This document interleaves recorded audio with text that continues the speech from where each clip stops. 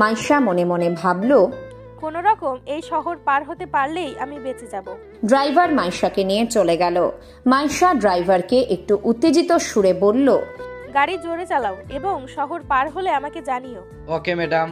মাইশা ভয়ে চোখ বন্ধ করে শুধু আল্লাহর কাছে প্রার্থনাই করে চলেছে যেন সে এই শহরটা কোনো মতে পার হতে পারে। শহরটা পার হলে ড্রাইভার মাইশাকে জানিয়ে দেয়। মাইশা ড্রাইভারের কথা শুনে মনে একটু স্বস্তি পায়। মাইশা গাড়ির জানলা দিয়ে বাইরে আকাশের দিকে তাকালো। দেখল আকাশে সুন্দর একটা চাঁদ।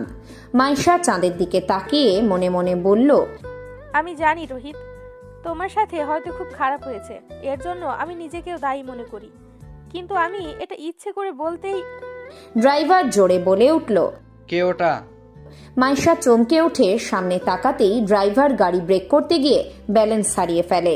মাইশা কিছু বুঝে ওঠার আগেই গাড়ি গিয়ে একটা মোটা গাছের সাথে সজোরে ধাক্কা খায়। মাইশার মাথা গাড়ির জানলার সাথে জোরে বাড়ি খায়। জানলার কাঁচটা ভেঙে টুকরো টুকরো হয়ে যায়। মাইশার কপাল হাত পা কেটে কুটে যায় এবং সে জ্ঞান হারায়। এদিকে ড্রাইভারের মাথা গাড়ির স্টিয়ারিং এর সাথে বাড়ি খায়। সাথে সাথেই ড্রাইভারও জ্ঞান হারায়। যখন মাইশার জ্ঞান ফেরে, মাইশা চোখ খুলেই সবকিছু ঝাপসা দেখে। তারপর যখন আস্তে আস্তে চোখের ঝাপসা ভাবটা কেটে গেল, মাইশা দেখল সে চেয়ারের সাথে বাঁধা।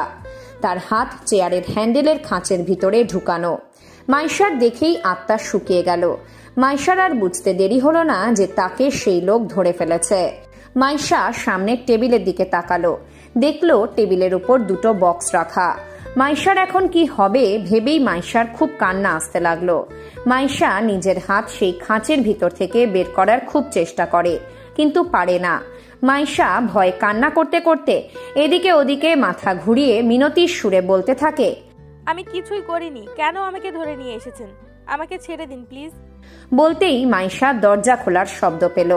দরজা খোলার শব্দ শুনেই মাইশার হার্টবিট দ্রুত হয়ে গেল। মাইশা ভীত চোখে তাকিয়ে রইল। দেখল একজন লোক আসছে, পা থেকে মাথা পর্যন্ত কালো পোশাকে ঢাকা। এক হাতে পিস্তল, আরেক হাতে পানির বোতল। মাইশা জান আর মাইশার মধ্যে নেই। সে ভয়ে চুপসে গেল। লোকটা চেয়ার নিয়ে মাইশার সামনে বসলো। লোকটি মাইশার কান্না দেখে রেগে টেবিলের ওপর জোরে বাড়ি দিল। মাইশা চমকে উঠে লোকটির দিকে তাকালো। মাইশা ভীত সুরে বলল, আমি কিছু করিনি, আমাকে ছেড়ে দিন, আমার ক্ষতি করবেন না প্লিজ। লোকটি টেবিলের ওপর রাখা দুটি বক্সের মধ্যে একটি বক্স খুলল। মাইশা বক্সের দিকে তাকালো। দেখলো বিভিন্ন রকমের টর্চার সরঞ্জাম বক্সের ভিতর। মাইশার দেখেই গলা শুকিয়ে গেল। মাইশা ভয়ে কাঁপা সুরে বলল, দেখুন আমি কিছু করিনি। লোকটি মাইশার দিকে তাকিয়ে শান্ত সুরে বলল, আমি মেয়ে মানুষদের কখনো শাস্তি দেয়নি, আজ এখন কোনো মেয়েকে আমার আদালতে শাস্তি দিব? তো বলো, 15 তারিখে সেই পার্টি হয়েছিল, সেখানে কি ঘটেছিল? আমি কিছুই জানি না। তুই জানিস না? না। লোকটা রেগে উঠে মাইশাকে 2-3টে থাপ্পড় মারে। থাপ্পড়ে মাইশার মাথা ঘুরে ওঠে। লোকটি বক্স থেকে সুইয়ের মতো ছোঁচালো লোহা নিয়ে মাইশার হাতের উপর পাতায় ঢুকিয়ে দেয়। মাইশা জোরে চিৎকার দিয়ে উঠলে লোকটি পানির বোতলে রাখা মরিচ মেশানো পানি মাইশার মুখের ভিতর ঢুকিয়ে মুখ চেপে ধরে। মাইশার চোখ মুখ লাল হয়ে গেল। চোখ দিয়ে ঝরঝর করে পানি পড়তে লাগলো। মাইশা লোকটার দিকে যন্ত্রণা কাতর চোখে তাকিয়ে মাথা নড়ালেও লোকটা মাইশার মুখ থেকে হাত সরালো না, শক্ত করে চেপে ধরে রইল। মাইশা মরিচের পানিগুলো গিলে নিলে লোকটা মাইশার মুখ থেকে হাত সরিয়ে নেয়। মাইশার কাস্তে কাস্তে মুখ থেকে লালা বের হয়ে আসে। লোকটি মাইশার চিবুক ধরে বলল, তুই রোহিতকে কি করেছিস? কেন রোহিত আত্মহত্যা করলো? মাইশা চোখ উল্টে দিতে লাগলে লোকটি ঠান্ডা বরফ পানি মাইশার মুখে ছুঁড়ে মারে। মাইশা জোরে কান্না করে উঠে বলল, আমি কিছু করিনি, সত্যি বলছি। আমার খুব কষ্ট হচ্ছে, পেটের ভিতর মুখের ভিতর আগুনের মতো জ্বলছে। আমাকে পানি দিন, দয়া করুন প্লিজ। পানি খাবি? দাঁড়া। বলে লোকটি আরেকটা বক্স খুলল। মাইশা আদো আদো চোখে তাকিয়ে দেখল লোকটি বক্স থেকে বোতল বের করছে। বোতলের ভিতর লাল তরল কিছু। লোকটি বোতলের মুখ খুলতেই খুব দুর্গন্ধ বেরোতে লাগলো। লোকটি বোতল নিয়ে এসে মাইশার মুখের ভিতর ঢুকিয়ে চেপে ধরল। মাইশা মুখ সরানোর চেষ্টা করলে লোকটি মাইশার মাথা শক্ত করে চেপে ধরে বলল, এটাই হলো তোর খাওয়ার পানি। পানি খেতে চেয়েছিস না, এবার খা। এটা হলো বুনো খবিশের রক্ত, তোর জন্য এটাই স্পেশাল, কত খাবি খা। মাইশা একরকম হাঁপাতে লাগলে লোকটি মাইশাকে ছেড়ে দিল। মাইশা সাথে সাথে বমি করে দেয়। লোকটি মাইশার চুলের মুঠি টেনে ধরে বলল, বল রোহিতের সাথে পার্টিতে কি হয়েছিল, কি করেছিস তুই? মাইশা আস্তে আস্তে বলল, আমি সত্যি বলছি, আমি কিছুই করিনি। লোকটি মাইশার কথায় আরো রেগে গেল এবং চিৎকার দিয়ে মাইশার নাকে 2-3টে ঘুষি মারল। সাথে সাথে নাক দিয়ে গলগল করে রক্ত পড়তে লাগলো। লোকটি টেবিলের উপরে রাখা বক্সের ভিতর থেকে শুয়ের মতো বড় বড় 10টা কাঁটা বের করে একাধারে মাইশার 2 হাতের ভিতর ঢুকাতে লাগলো। মাইশা জান ছেড়ে চিৎকার করতে লাগলো। লোকটি কাঁটাগুলো মাইশার হাত থেকে টেনে বের করে আবারও ঢুকিয়ে দিল, আবারও বের করে আবারও ঢুকিয়ে দিল। এভাবে 4 বার একই কাজ করলো। মাইশা যন্ত্রণা সহ্য করতে না পেরে জ্ঞান হারিয়ে ফেলে। কিছুক্ষণ পর লোকটি মাইশার জ্ঞান ফিরালো। মাইশার 2 হাত দিয়ে রক্ত গড়িয়ে মাটিতে পড়ছে এবং হাত ফুলে ডুমডুমা হয়ে গিয়েছে। মাইশা আদো আদো চোখে লোকটির দিকে তাকালো। লোকটি শান্ত গলায় বলল, পার্টিতে রোহিতের সাথে কি হয়েছিল, কি করেছিস বলে দে, নিজের ভালো চাস তো। মাইশা কথা বলার শক্তি পাচ্ছিল না, চোখের সামনে সব ঘোলা হয়ে আসছিল। মাইশা চোখ বন্ধ করলে লোকটি রেগে মরিচের পানি মাইশার রক্তমাখা 2 হাতের ওপর ঢালতে লাগলো। সাথে সাথে হাতের কাটা জায়গাগুলো মরিচের ঝালে কামড়িয়ে ধরলো। মাইশা চিৎকার করে উঠে কান্না করতে লাগলো আর বলল, আমি আর পারছি না, দয়া করুন, আমাকে ছেড়ে দিন। লোকটি উঠে মাইশার চুলের মুঠি ধরে বলল, আমি কাউকে দয়া করি না, আমার ভিতরে দয়া মায়া নেই। এখন বল রোহিতের সাথে পার্টিতে কি করেছিস? আমি কিছুই করিনি, সত্যি বলছি, করেছে তো অন্য কেউ। লোকটি মাইশাকে ছেড়ে দিয়ে অবাক সুরে বলল, কে করেছে আর কি করেছে? আমি জানি না, তবে আমি কিছু করিনি। লোকটি মাইশার গালে জোরে একটা থাপ্পড় মেরে বলল, তুই যদি কিছু নাই করিস তাহলে শহর ছেড়ে পালানোর চেষ্টা কেন করলি, কেন ভয় পেলি? কারণ আমি রোহিতকে বাঁচাইনি। মানে সব খুলে বল, যদি বাঁচতে চাস তো। বলে লোকটি মাইশার সামনে চেয়ারে শান্ত হয়ে বসলো। মাইশা আস্তে আস্তে বলতে শুরু করলো, 15 তারিখে পার্টিতে অনেকেই আসছিল। আমি পার্টিতে এসে দেখি রোহিত, ওর 2 বন্ধু এবং আরও 2 জন ছেলে বসে সবাই জুস খাচ্ছে, গল্প করছে। আমি রোহিতের কাছে না গিয়ে অন্য জায়গায় বসলাম। সেদিন রোহিতকে অনেক কিউট লাগছিল, তাই আমি অপেক্ষা করছিলাম কখন সবাই ওর কাছ থেকে সরে যাবে আর আমি ওর কাছে গিয়ে বসবো। প্রায় ঘন্টাখানিক পর ওর বন্ধুরা উঠে চলে গেল। রোহিত ওখানেই বসেছিল। সে সময় আমার একটা ফোন আসে। আমি কথা বলতে বাইরে যাই। তারপর কথা বলে যখন ভেতরে আসি, দেখি রোহিতের পাশে একটা মেয়ে বসে আছে। আমি ওদের কাছে যাওয়ার আগে মেয়েটা রোহিতকে বলল, রোহিত প্লিজ চলো আমার সাথে, একটু তো সাহায্য করতেই পারো। রোহিত ঠিক আছে বলে সেই মেয়ের সাথে স্বাভাবিকভাবেই চলে গেল। আমি ওদের পেছনে আর গেলাম না। আমি আমার মতো জায়গায় বসে পার্টি এনজয় করতে লাগলাম। পার্টি যখন প্রায় শেষের দিকে সবাই চলে যাচ্ছিল, রাতও হয়ে গিয়েছিল, আমি ঠিক করলাম আমি রোহিতের সাথে যাব। কিন্তু রোহিতকে কোথাও দেখছিলাম না। আমি তখন ভাবলাম রোহিত তো জানে আমি আসব, আর ও আমার সাথে দেখা না করে চলে যাবে না, আমি শিওর। আমি কিছুক্ষণ অপেক্ষা করলাম, দেখি রোহিতের কোনো খবর নেই। তাই আমি রোহিতকে খুঁজতে লাগলাম। আমি পার্টির সেই জায়গা থেকে বের হয়ে একটু ভেতরে যেতেই কারো চিল্লানোর আওয়াজ শুনতে পাই। আমার কাছে একটু অবাক লাগে, তাই আমি এগিয়ে যেতে লাগি। অল্প কাছে আসতেই বুঝতে পারলাম এটা রোহিতের কণ্ঠ। ঠিক সেই সময় আমার ফোনে কল আসে একটি অপরিচিত নাম্বার থেকে। আমি ফোন রিসিভ করে কানে ধরতেই আমার খালা বলল, তোর মা স্ট্রোক করেছে, তাড়াতাড়ি হসপিটালে আয়। সেই সময় আমার মাথা আর কাজ করছিল না, কারণ এই পৃথিবীতে আমার মা ছাড়া আর কেউ নেই। তখন আমি আর কিছু না ভেবেই স্বার্থপরের মতো নিজের মার কাছে চলে যাই। বলে মাইশা কান্নায় ভেঙে পড়ে এবং কাঁদতে কাঁদতে বলে, আমি হয়তো পারতাম রোহিতকে বাঁচাতে, কিন্তু আমি স্বার্থপর হয়ে গিয়েছিলাম। হ্যাঁ, আমি ভুল করেছি, অনেক ভুল করেছি। হয়তো সেদিন রোহিতকে বাঁচালে হয়তো আজ রোহিত আমাদের সাথেই থাকতো। বলে মাইশা কাঁদতে কাঁদতে জ্ঞান হারিয়ে ফেলল। পরের দিন মাইশা চোখ খুলে নিজেকে বিছানার উপর পেল। মাইশা চমকে উঠে বসতে লাগলে মাইশার মা মাইশাকে শুতে বলে। মাইশা তার মাকে দেখে খুব খুশি হলো এবং মাকে জাপটে ধরে কান্নায় ভেঙে পড়ল। মা মাইশাকে শান্ত হতে বলল, মা আমি এখানে কিভাবে আসলাম? কেউ হাসপাতালে ফোন দিয়ে তাদের বলেছে তুই রাস্তার উপর পড়ে আছিস, তারপর হাসপাতাল থেকে লোক গিয়ে তোকে নিয়ে এসেছে। মা, আমাদের গাড়ির ড্রাইভার। বলতেই পুলিশ আসলো। আপনাদের গাড়ির ড্রাইভার ঠিক আছে? আপনাদের ড্রাইভার বলছে উনি রাস্তার মাঝখানে কালো পোশাক পরে কাউকে দাঁড়িয়ে থাকতে দেখেছে। উনি গাড়ির ব্যালেন্স করতে না পেরে অ্যাক্সিডেন্ট হয়েছে। আমাদের মনে হয় এটাই সেই লোক যে সবাইকে মারছে। এখন আপনি বলুন। জি, আমাকে সেই লোকটাই ধরেছিল। ওনার চেহারাটা কি দেখেছেন? না, ওনার মাথা পর্যন্ত কালো কাপড়ে ঢাকা ছিল, চেহারা দেখতে পাইনি। কেন আপনাকে ধরেছিল? কি বলেছে আপনাকে? দয়া করে প্লিজ আমাদের সব খুলে বলুন, না হলে আমরা কাউকে বাঁচাতে পারবো না। জানি না লোকটা আর কাকে কাকে মারবে। মাইশা সব খুলে বলল। মিস মাইশা, আমরা যখন ইনভেস্টিগেশনে এসেছিলাম তখন একবার যদি এই কথাগুলো বলতেন তাহলে হয়তো এমন দিন দেখতে হতো না আপনাকে। মাইশা কান্না করতে করতে বলল। আমি ভয় পেয়ে গিয়েছিলাম স্যার। এসআই কনস্টেবলের দিকে তাকিয়ে বলল, আমাদের সময় নষ্ট করাটা একদম ঠিক হবে না। এক্ষুনি চলো, সেই বাড়ি যাব যেখানে পার্টি হয়েছিল। বলে দ্রুত বের হয়ে চলে গেল। পুলিশ চলে আসলো সেই বারে। পুলিশ একদিক দিয়ে ভিতরে ঢুকলো, আরেক দিক দিয়ে সেই লোক এবং মীরা একসাথে বের হয়ে আসলো।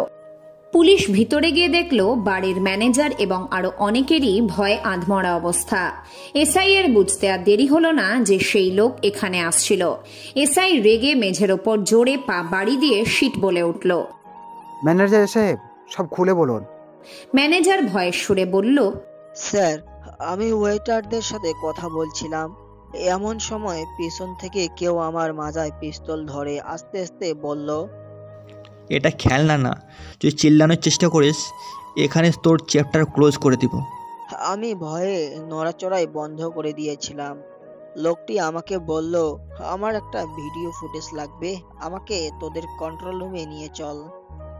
আমি ভয়ে লোকটিকে আমাদের কন্ট্রোল রুমে নিয়ে গেলাম। ওর সাথে কি কেউ ছিল?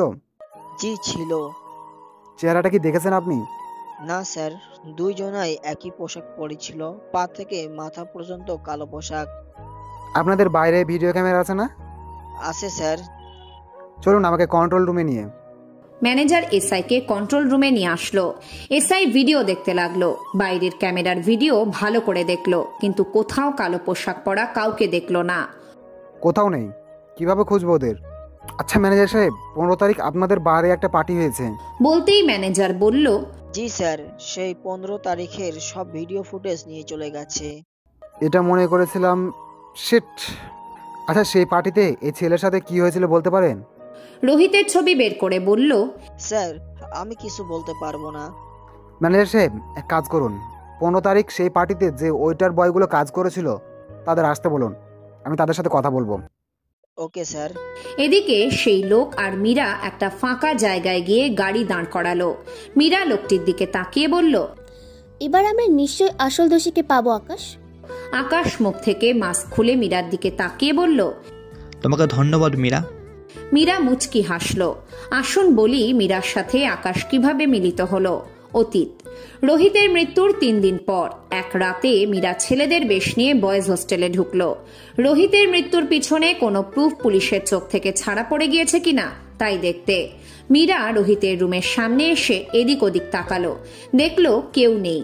মীরা খুব সাবধানে দরজা খুলে ভিতরে ঢুকে দরজা বন্ধ করতেই পুরো রুম ঘুটঘুটে অন্ধকার হয়ে গেল। মীরা পকেট থেকে ফোন বের করতেই কেউ মীরার মুখ চেপে ধরলো।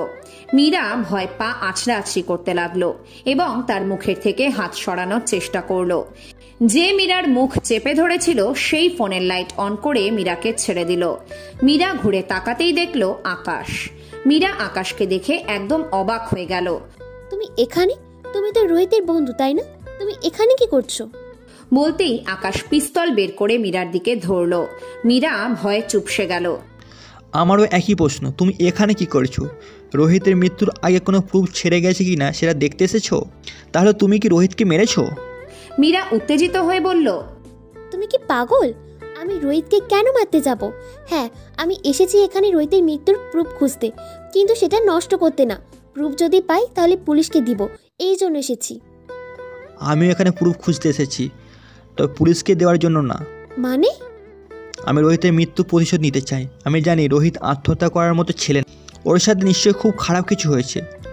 আমি সেটা বের করব এবং নিজের হাতে সেই সবাইকে শাস্তি দেব যারা রোহিতকে মৃত্যুর দিকে এগিয়ে দিয়েছে। আমিও রোহিত রোহিতের মৃত্যুর প্রতিশোধ চাই আকাশ। আমি এই কাজে তোমার পাশে থাকতে চাই। ঠিক আছে। বলে দুইজন হাত মিলালো। বর্তমান আমরা আমাদের লক্ষ্যের অনেক কাছে চলে এসেছি আকাশ। চলো ভিডিও ফুটেজটা দেখা যাক। মীরা ব্যাগ থেকে ল্যাপটপ বের করে ভিডিও ফুটেজের সিডি ল্যাপটপে ঢুকিয়ে চালু করে দেখতে থাকলো। দুজনেই খুব মনোযোগ দিয়ে দেখতে থাকে। দেখতে দেখতে হঠাৎ আকাশের চোখ তিনটি মেয়ের দিকে আটকে যায়। আকাশ দেখলো মেয়েগুলো রোহিতকেই দেখছে এবং নিজেদের মধ্যে কথা বলছে। কিছুক্ষণ পর মেয়েগুলো পার্টি থেকে বের হয়ে অন্যদিকে গেল। আকাশ দেখলো মেয়েগুলো ইশারা করে নিজেদের মধ্যে কিছু কথা বলছে এবং একসাথে একটা রুমে ঢুকলো। 2 মিনিট পর একজন ওয়েটার আসলো। হাতে ট্রের ওপর দুটো বড় বড় হুইস্কির বোতল, 3টে গ্লাস। মীরা আকাশের দিকে তাকিয়ে বলল, আমি তো পার্টিতে কোনো অস্বাভাবিক কিছু দেখতে পাচ্ছি না। আকাশ গম্ভীরভাবে বলল, আমি দেখতে পাচ্ছি। বলে আকাশ ভিডিও রিভার্স করে পিছে নিয়ে গেল। এইখানে দেখো 3টা মেয়ে রোহিতকে ফলো করছে। ওরা রোহিতকে দেখো হাসছে এবং নিজেদের মধ্যে কথা বলছে। ভিডিও একটু টেনে দিয়ে বলল, এই দেখে ওরা একসাথে 3জন পার্টি থেকে বের হয়ে যাচ্ছে। বাম পাশে ভিডিওটা দেখো, ওরা ওখানে এসেছে। মীরা কপাল কুঁচকে বলল, এগুলো তো প্রাইভেট রুম মনে হচ্ছে। ঠিক বলেছো। দেখো ওরা নিজেদের মধ্যে কথা বলছে। এই দেখো 3জনের রুমে ঢুকে গেল। 2 মিনিট টেনে দিয়ে বলল, এই দেখো ওয়েটার বয় ওদের জন্য 2টা হুইস্কির বোতল নিয়ে যাচ্ছে। ওকে মীরা, তুমি এখন ভিডিওটা আস্তে আস্তে টানো। মীরা 15 মিনিট ভিডিও টানলো। দেখলো সেই রুম থেকে একটা মেয়ে বের হলো নিজেকে ঠিকঠাক করতে করতে। মেয়েটা পার্টিতে গিয়ে সোজা রোহিতের কাছে গিয়ে বসলো। রোহিত মেয়েটার কাছ থেকে একটু সরে বসলো। মেয়েটা কিছু বলতে বলতে রোহিতের কাঁধে হাত রাখলে রোহিত মেয়েটার দিকে তাকালো। মেয়েটা রোহিতের কাঁধ থেকে হাত সরিয়ে সোজা হয়ে বসলো এবং রোহিতের সাথে কথা বলতে থাকলো। কিছুক্ষণ পর মেয়েটা রোহিতের হাত ধরে কিছু বলতে লাগলো। রোহিত মেয়েটার হাতের উপর হাত রেখে কিছু একটা বলে হাত সরিয়ে নিল। দেখলো মাইশা ওদের কাছে যাচ্ছে। এই তো মাইশা। ও সত্যি বলেছে, দেখতে থাকো। বলে দুজন দেখতে থাকলো। দেখলো মেয়েটা রোহিতকে নিয়ে চলে যাচ্ছে আর মাইশা দাঁড়িয়ে দেখছে। মেয়েটা রোহিতের হাত ধরে সেই রুমের সামনে নিয়ে আসলে রোহিত মেয়েটাকে কিছু একটা বলে এবং রোহিত চলে যেতে থাকে। মেয়েটা এসে রোহিতের রাস্তা আটকিয়ে ধরে কিছু বলে। রোহিত মাথা ঝুঁকিয়ে মেয়েটার সাথে সেই রুমের ভিতরে গেল। আকাশ গম্ভীর সুরে বলল, ভিডিওটা একটু টানো। মীরা আরো 5 মিনিট ভিডিও টেনে দিল। দেখলো রোহিত একটু বিরক্তির চেহারা নিয়ে রুম থেকে বের হয়েছে। পিছনে 2টো মেয়ে রোহিতের সাথে বের হয়েছে এবং তারা রোহিতের 2 হাত চেপে ধরে কিছু একটা বলছে।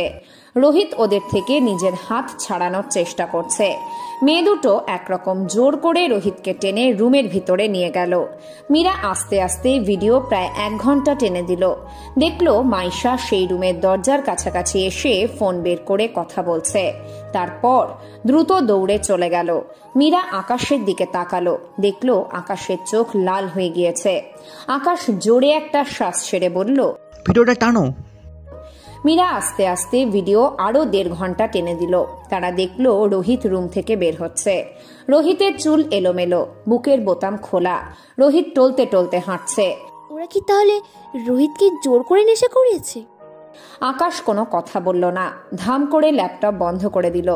আকাশের মুখ রাগে লাল হয়ে গিয়েছে। মীরা আকাশকে দেখে একটু ভয় পাচ্ছে। আকাশ গাড়ি স্টিয়ারিং শক্ত করে ধরে বলল, কাউকে ছাড়বো না, কাউকে না। মীরা, এরা কলেজেরই মেয়ে, খোঁজ লাগাও। পুলিশের ওই মেয়েগুলো খোঁজ পাওয়ার আগে আমি ওদের ধরতে চাই। ওকে, আমি এক্ষুনি কলেজে যাচ্ছি। আমি খুঁজে বের করে তোমাকে খবর দিব। ওকে। মীরা ব্যাগের ভিতর ল্যাপটপ ঢুকিয়ে গাড়ি থেকে বের হয়ে গেল। এদিকে পুলিশ সব ওয়েটার বয়দের সাথে কথা বলল। একজন ওয়েটার বয় বলল, যাদের রুমে হুইস্কি দিয়ে এসেছিল তাদের মধ্যে একজন মেয়ের সাথে সে রোহিতকে দেখেছে। ওরা 3জন মেয়ে ছিল। জি স্যার। তারপর কি আর এই ছেলেকে দেখেছো? জি স্যার, দেখেছিলাম আমাদের বাড়ির বাইরে। তখন রাত প্রায় 10:45 বাজে। আমি বাড়ির বাইরে দাঁড়িয়ে আমার গার্লফ্রেন্ডের সাথে কথা বলছিলাম। তখনই দেখি ছেলেটা বাড়ির ভিতর থেকে একদম মাতাল অবস্থায় বের হচ্ছে। সে ঠিকমতো হাঁটতেও পারছিল না, পা খালি লেগে লেগে ছেলেটা পড়ে যায়। আমি ফোন কেটে দিয়ে দ্রুত ছেলেটার কাছে গিয়ে ছেলেটাকে ধরতে গেলে ছেলেটা আমাকে দেখে চমকে উঠে তারপর ধাক্কা দিয়ে সরিয়ে দেয়। আমি দেখি ছেলেটার নাক থেকে রক্ত বের হচ্ছে গল গল করে। আমি রুমাল বের করে ছেলেটার দিকে এগিয়ে দিলে ছেলেটা কোনো রকম উঠে দৌড় দেয়। আচ্ছা, ওই 3 মেয়ের চেহারা তোমাদের মনে আছে? পরিষ্কার তো মনে নেই, তবে দেখলে চিনতে পারবো। ওকে, তুমি আমার সাথে চলো। ওয়েটার একটু ঘাবড়ে গেল এসআই এর কথা শুনে। এসআই ওয়েটারের কাঁধে হাত রেখে বলল, ভয়ের কিছু নেই, তুমি শুধু মেয়েগুলোকে চিনিয়ে দিবা, চলো। বলে পুলিশ ওয়েটারকে নিয়ে চলে গেল কলেজে। এদিকে মীরা কলেজে এসে কিভাবে ওদেরকে খুঁজে বের করবে সেটাই বসে ভাবছিল। এমন সময় পুলিশের গাড়ি আসতে দেখে মীরা একটু ঘাবড়ে গেল। পুলিশ ওয়েটারকে নিয়ে গাড়ি থেকে বের হলে মীরার আর বুঝতে দেরি হলো না যে পুলিশ ওই মেয়েদের খুঁজতে শুরু করেছে। মীরা মনে মনে বলল, আমি তো পুলিশের সাহায্যে মেয়েগুলোকে বের করতে পারি। ওকে, এটা সহজ হবে। বলে মীরা পুলিশের পিছে পিছে গেল। পুলিশ প্রিন্সিপালের রুমে ঢুকলো। মীরা বাইরে সবার চোখের আড়াল হয়ে দাঁড়ালো। হ্যালো প্রিন্সিপাল স্যার, আমরা আপনার কলেজের 3 জন মেয়েকে খুঁজতে এসেছি। এদের জীবন এখন ঝুঁকির মধ্যে আছে। এটা আপনি কি বলছেন স্যার? আমি সত্যি বলছি। 15 তারিখে এবারে একটা পার্টি হয়েছিল আপনাদের কলেজের ফুটবল খেলার জেতার উপলক্ষে। সে পার্টিতে এমন কিছু তো অবশ্যই হয়েছিল যার কারণে রোহিত আত্মহত্যা করেছে। আর রোহিতের আত্মহত্যার সাথে সেই 3 জন মেয়ে জড়িত। জি স্যার, আমি শুনেছি সেই পার্টির কথা, কিন্তু এমন কি হতে পারে? জানি না, যাই হোক, যে এই পার্টি দিয়েছিল আমরা তার সাথে একটু কথা বলবো। প্রিন্সিপাল কলেজের ফুটবল টিমের কোচকে ডেকে পাঠালেন। কোচ আসলে এসআই তাকে জিজ্ঞাসাবাদ করে। কোচ মেরানের ভাই মানিকের কথা বলল, যে সেই দিন সেই পার্টিটা দিয়েছিল। মেরানের ভাই মানিককে ডেকে পাঠানো হলো। মানিক আসলে এসআই তাকে বলল, মানিক, পার্টিতে যাদের তুমি ইনভাইট করেছো তারা কি সবাই তোমার বন্ধু ছিল? জি না স্যার, সবাই তো বন্ধু না। আমি শুধু আমার ক্লাসের সবাইকে ইনভাইট করেছিলাম সেই পার্টিতে। আমার ফুটবল টিম, আমাদের ক্লাসের সবাই, আর আমার ছোট ভাই মেরান তার কিছু বন্ধুদের ইনভাইট করেছিল। এসআই প্রিন্সিপালের দিকে তাকিয়ে বলল, স্যার, মানিকের ভাইকে ডেকে পাঠান। প্রিন্সিপাল মেরানকে ডেকে আনতে বলল। মেরান আসলে এসআই মেরানকে জিজ্ঞেস করলো। মেরান বলল, সে শুধু আবির, রোহিত, মাইশা আর তার আরো 2 বন্ধুকে ইনভাইট করেছিল। মীরা মেরানের মানিকের কথা শুনে বুঝতে পারল মানিকের ক্লাসেরই সেই 3টা মেয়ে হবে। মীরা আর দেরি না করে দ্রুত কম্পিউটার রুমে গেল। দেখলো কম্পিউটারের অপারেটর বসে আছে। মীরার সাথে কম্পিউটারের অপারেটরের সম্পর্কটা ভালো, তাই মীরা ভিতরে গিয়ে বলল, ভাইয়া, আমার একটু কাজ আছে। আমি কি এখানে কম্পিউটারে একটু কাজ করতে পারি? অবশ্যই তুমি পাশের কম্পিউটারে কাজ করতে পারো। মীরা মনে মনে বলল, ভাইয়াকে যদি এখান থেকে সরাতে না পারি তাহলে আমার কাজ হবে না। আমার হাতে সময়ও বেশি নেই। এখন কি করি? ভাইয়া, কলেজে আবার পুলিশ এসেছে, আপনি জানেন? না তো, কেন কেন এসেছে? জানি না, দেখলাম একটা ছেলেকে নিয়ে এসেছে, হয়তো কাউকে চেনানোর জন্য। তাহলে তো গিয়ে দেখতে হচ্ছে। মীরা, তুমি কাজ করো, আমি একটু ঘুরে আসি তাহলে। জি, আপনি যান, সমস্যা নেই। স্যারটা চলে গেল।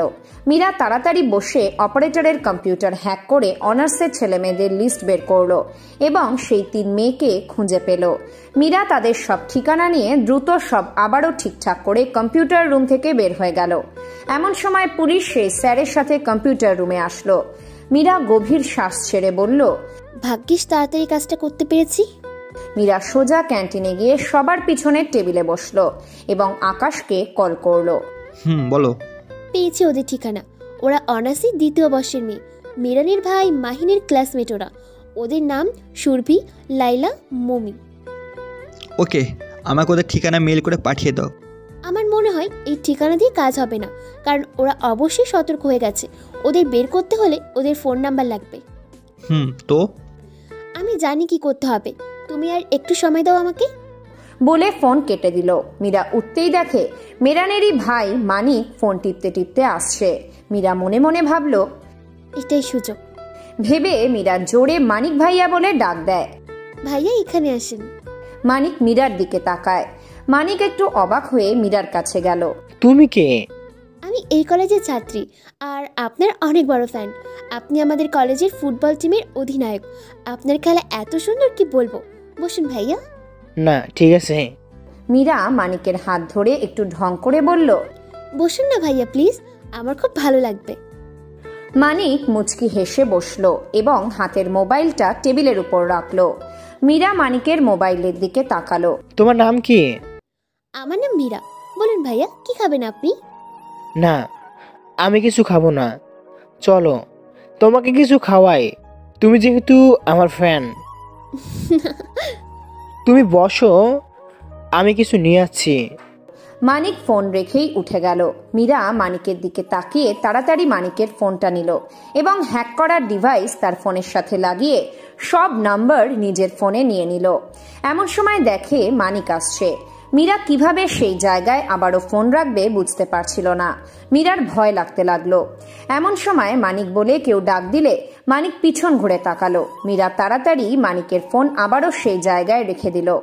মানিক মীরার কাছে এসে বলল, আমার এখন যেতে হবে, কাজ পড়েছে, তুমি খেয়ে নাও। ওকে ভাইয়া, তবে এরপর কিন্তু আমার সাথে কফি আপনাকে খেতেই হবে। মানিক মুচকি হেসে বলল, ঠিক আছে, বাই। বলে ফোন নিয়ে চলে গেল। মীরা বুকে হাত রেখে একটা জোরে শ্বাস ছেড়ে বলল, আমি ফুটবল খেলা পছন্দই করি না তাকে, মাই ফুট। বলে মীরা উঠে চলে গেল সোজা নিজের বাড়িতে। রাত 10টা। মমি লাইলা একসাথে এক বাড়িতে ভয়ে দিন কাটাচ্ছে। খাওয়া ঘুম কিছু ঠিক নেই তাদের। মমি মেঝেতে শুয়ে উপরে ফ্যানের দিকে তাকিয়ে করুণ সুরে বলল, আমরা বাঁচাতে পারবো তো? জানি না। সুরভি ফোন বন্ধ করে রেখেছে, যখন ওর কথা বলতে ইচ্ছে করে তখনই ফোন দেয়। ওর কথা বলিস না তো, আজ ওর জন্য এই অবস্থা হয়েছে। আমরা এইভাবে আর কতদিন নিজেদের বন্ধ করে রাখবো?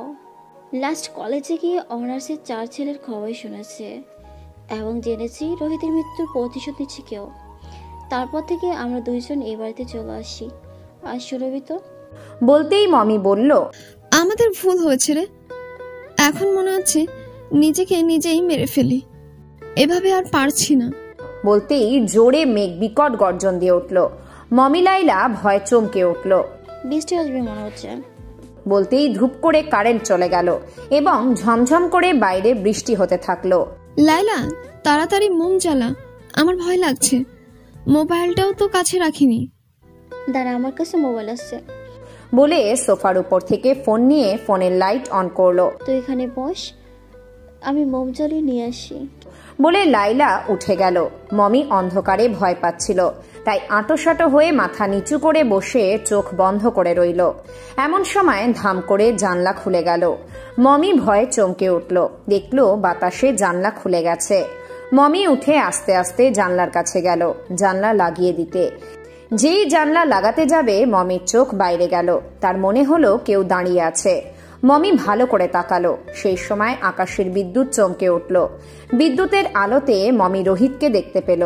রক্তমাখা শরীরে বড় বড় চোখ করে তার দিকে তাকিয়ে আছে। মমি ভয়ে চিৎকার দিতে যাবে, কিন্তু তার গলা দিয়ে আওয়াজ বের হচ্ছিল না। মমির 2 চোখ থেকে ঝরঝর করে পানি পড়ছে। মমি এত চেষ্টা করছে, কিন্তু তার মুখ থেকে আওয়াজ বের হচ্ছে না। মমি দেখল রোহিত আলোর গতিতে এসে তার সামনে দাঁড়ালো এবং তার গলা চিপে ধরল। মমির নিঃশ্বাস বন্ধ হয়ে যেতে থাকে। এমন সময় লায়লা মমির কাঁধে হাত রাখে। মমি চমকে উঠে লায়লার দিকে তাকিয়ে লায়লাকে জাপটে ধরে কান্না করতে থাকে। লায়লা একদম অবাক হয়ে যায়। সে দেখে মমি কাঁপছে। কি হয়েছে, তুই এমন কাঁপছিস কেন? বলতেই দরজায় ঠক ঠক শব্দ। মমি লায়লা চমকে উঠে দরজার দিকে তাকালো। দুজনের ভিতরে ভয় কাজ করতে থাকে। মমি দরজার দিকে তাকিয়ে লায়লার হাত চেপে ধরলো। এই সময় কে আসতে পারে? যেই আসুক দরজা খুলবি না। আবারও ঠক ঠক শব্দ। লায়লা এবং মমির বুকের ভিতর কেঁপে উঠল। দুইজনই ভয়ে চুপসে গেল। লায়লা ভীতর সুরে বলল, হতে পারে সুরভি এসেছে। চল আস্তে আস্তে গিয়ে দেখি কে এসেছে। না লাইলা, প্লিজ যাস না, আমার খুব ভয় লাগছে। লায়লা মমির গালে হাত দিয়ে বলল, ভয় পাস না, আমি আছি তো, চল আমার সাথে। মমি লায়লা একসাথে আস্তে আস্তে পা টিপে টিপে দরজার কাছে গেল। লায়লা দরজায় লাগানো দূরবীন দিয়ে দেখলো একটা মেয়ে ঠান্ডায় কাঁপছে। অন্ধকারে লায়লা চেহারা পরিষ্কার দেখতে পেল না। মমি ফিসফিস করে বলল, কে লাইলা? চিনি না, একটা মেয়ে ঠান্ডায় কাঁপছে। বলতেই আবারও দরজায় নক করলো। লায়লা কাঁপা সুরে বলল, কে? আপনি আমাকে একটু সাহায্য করুন। আমি শহরে যেতে চেয়েছিলাম, রাত হয়ে গেছে, এই জন্য কোনো গাড়ি পাইনি। হাঁটতে হাঁটতে এত দূরে এসেছি, একটু সাহায্য করুন, আমার খুব ঠান্ডা লাগছে। না, আমরা পারবো না, চলে যান আপনি। প্লিজ দেখুন, আমি সত্যি ঠান্ডায় খুব কষ্ট পাচ্ছি, আমাকে একটু সাহায্য করুন। মমি, মেয়েটা কষ্ট পাচ্ছে, আমাদের সাহায্য করা উচিত। আমার ভয় লাগছে লাইলা। বাচ্চা মেয়ে ওটা, ভয়ের কি আছে? কিচ্ছু হবে না, তুই শান্ত হয়ে যা। লায়লা মমিকে শান্ত করলেও নিজের মনের ভয় কাটছিল না। তবুও সাহস নিয়ে লায়লা আস্তে করে দরজা খুলে মুখটা বের করলো। হ্যালো ম্যাডাম, আমি মীরা। এসেছিলাম একটু কাজে, কিন্তু লেট হয়ে গেছে, একটা গাড়িও পাইনি, হাঁটতে হাঁটতে পাও ব্যথা হয়ে গেছে, আর তার মধ্যে বৃষ্টি, খুব ঠান্ডা লাগছে। লায়লা এদিক ওদিক তাকালো, কাউকে দেখলো না। আসো, ভিতর আসো বলে লায়লা দরজা খুলে দিল এবং মমি ধরে নিয়ে ভিতরে গেল। মমি, ভয়ের কিছু নেই। মমি ভীত চোখে লায়লার দিকে তাকাতেই ধাম করে দরজা বন্ধ হয়ে গেল। মমি লায়লা চমকে উঠে পিছনের দিকে ঘুরে তাকালো। তারা আবছা আবছা দেখলো মীরার পিছনে কেউ দাঁড়িয়ে আছে। লায়লার হাতে ফোন ছিল, সে ফোনের লাইট অন করে কাঁপা হাতে আস্তে আস্তে মীরার দিকে ধরলো। দেখলো মীরার পিছনে সত্যি কালো পোশাক পরে কেউ দাঁড়িয়ে আছে। মমি লায়লা দেখে ওদের ভিতর আর জান নেই।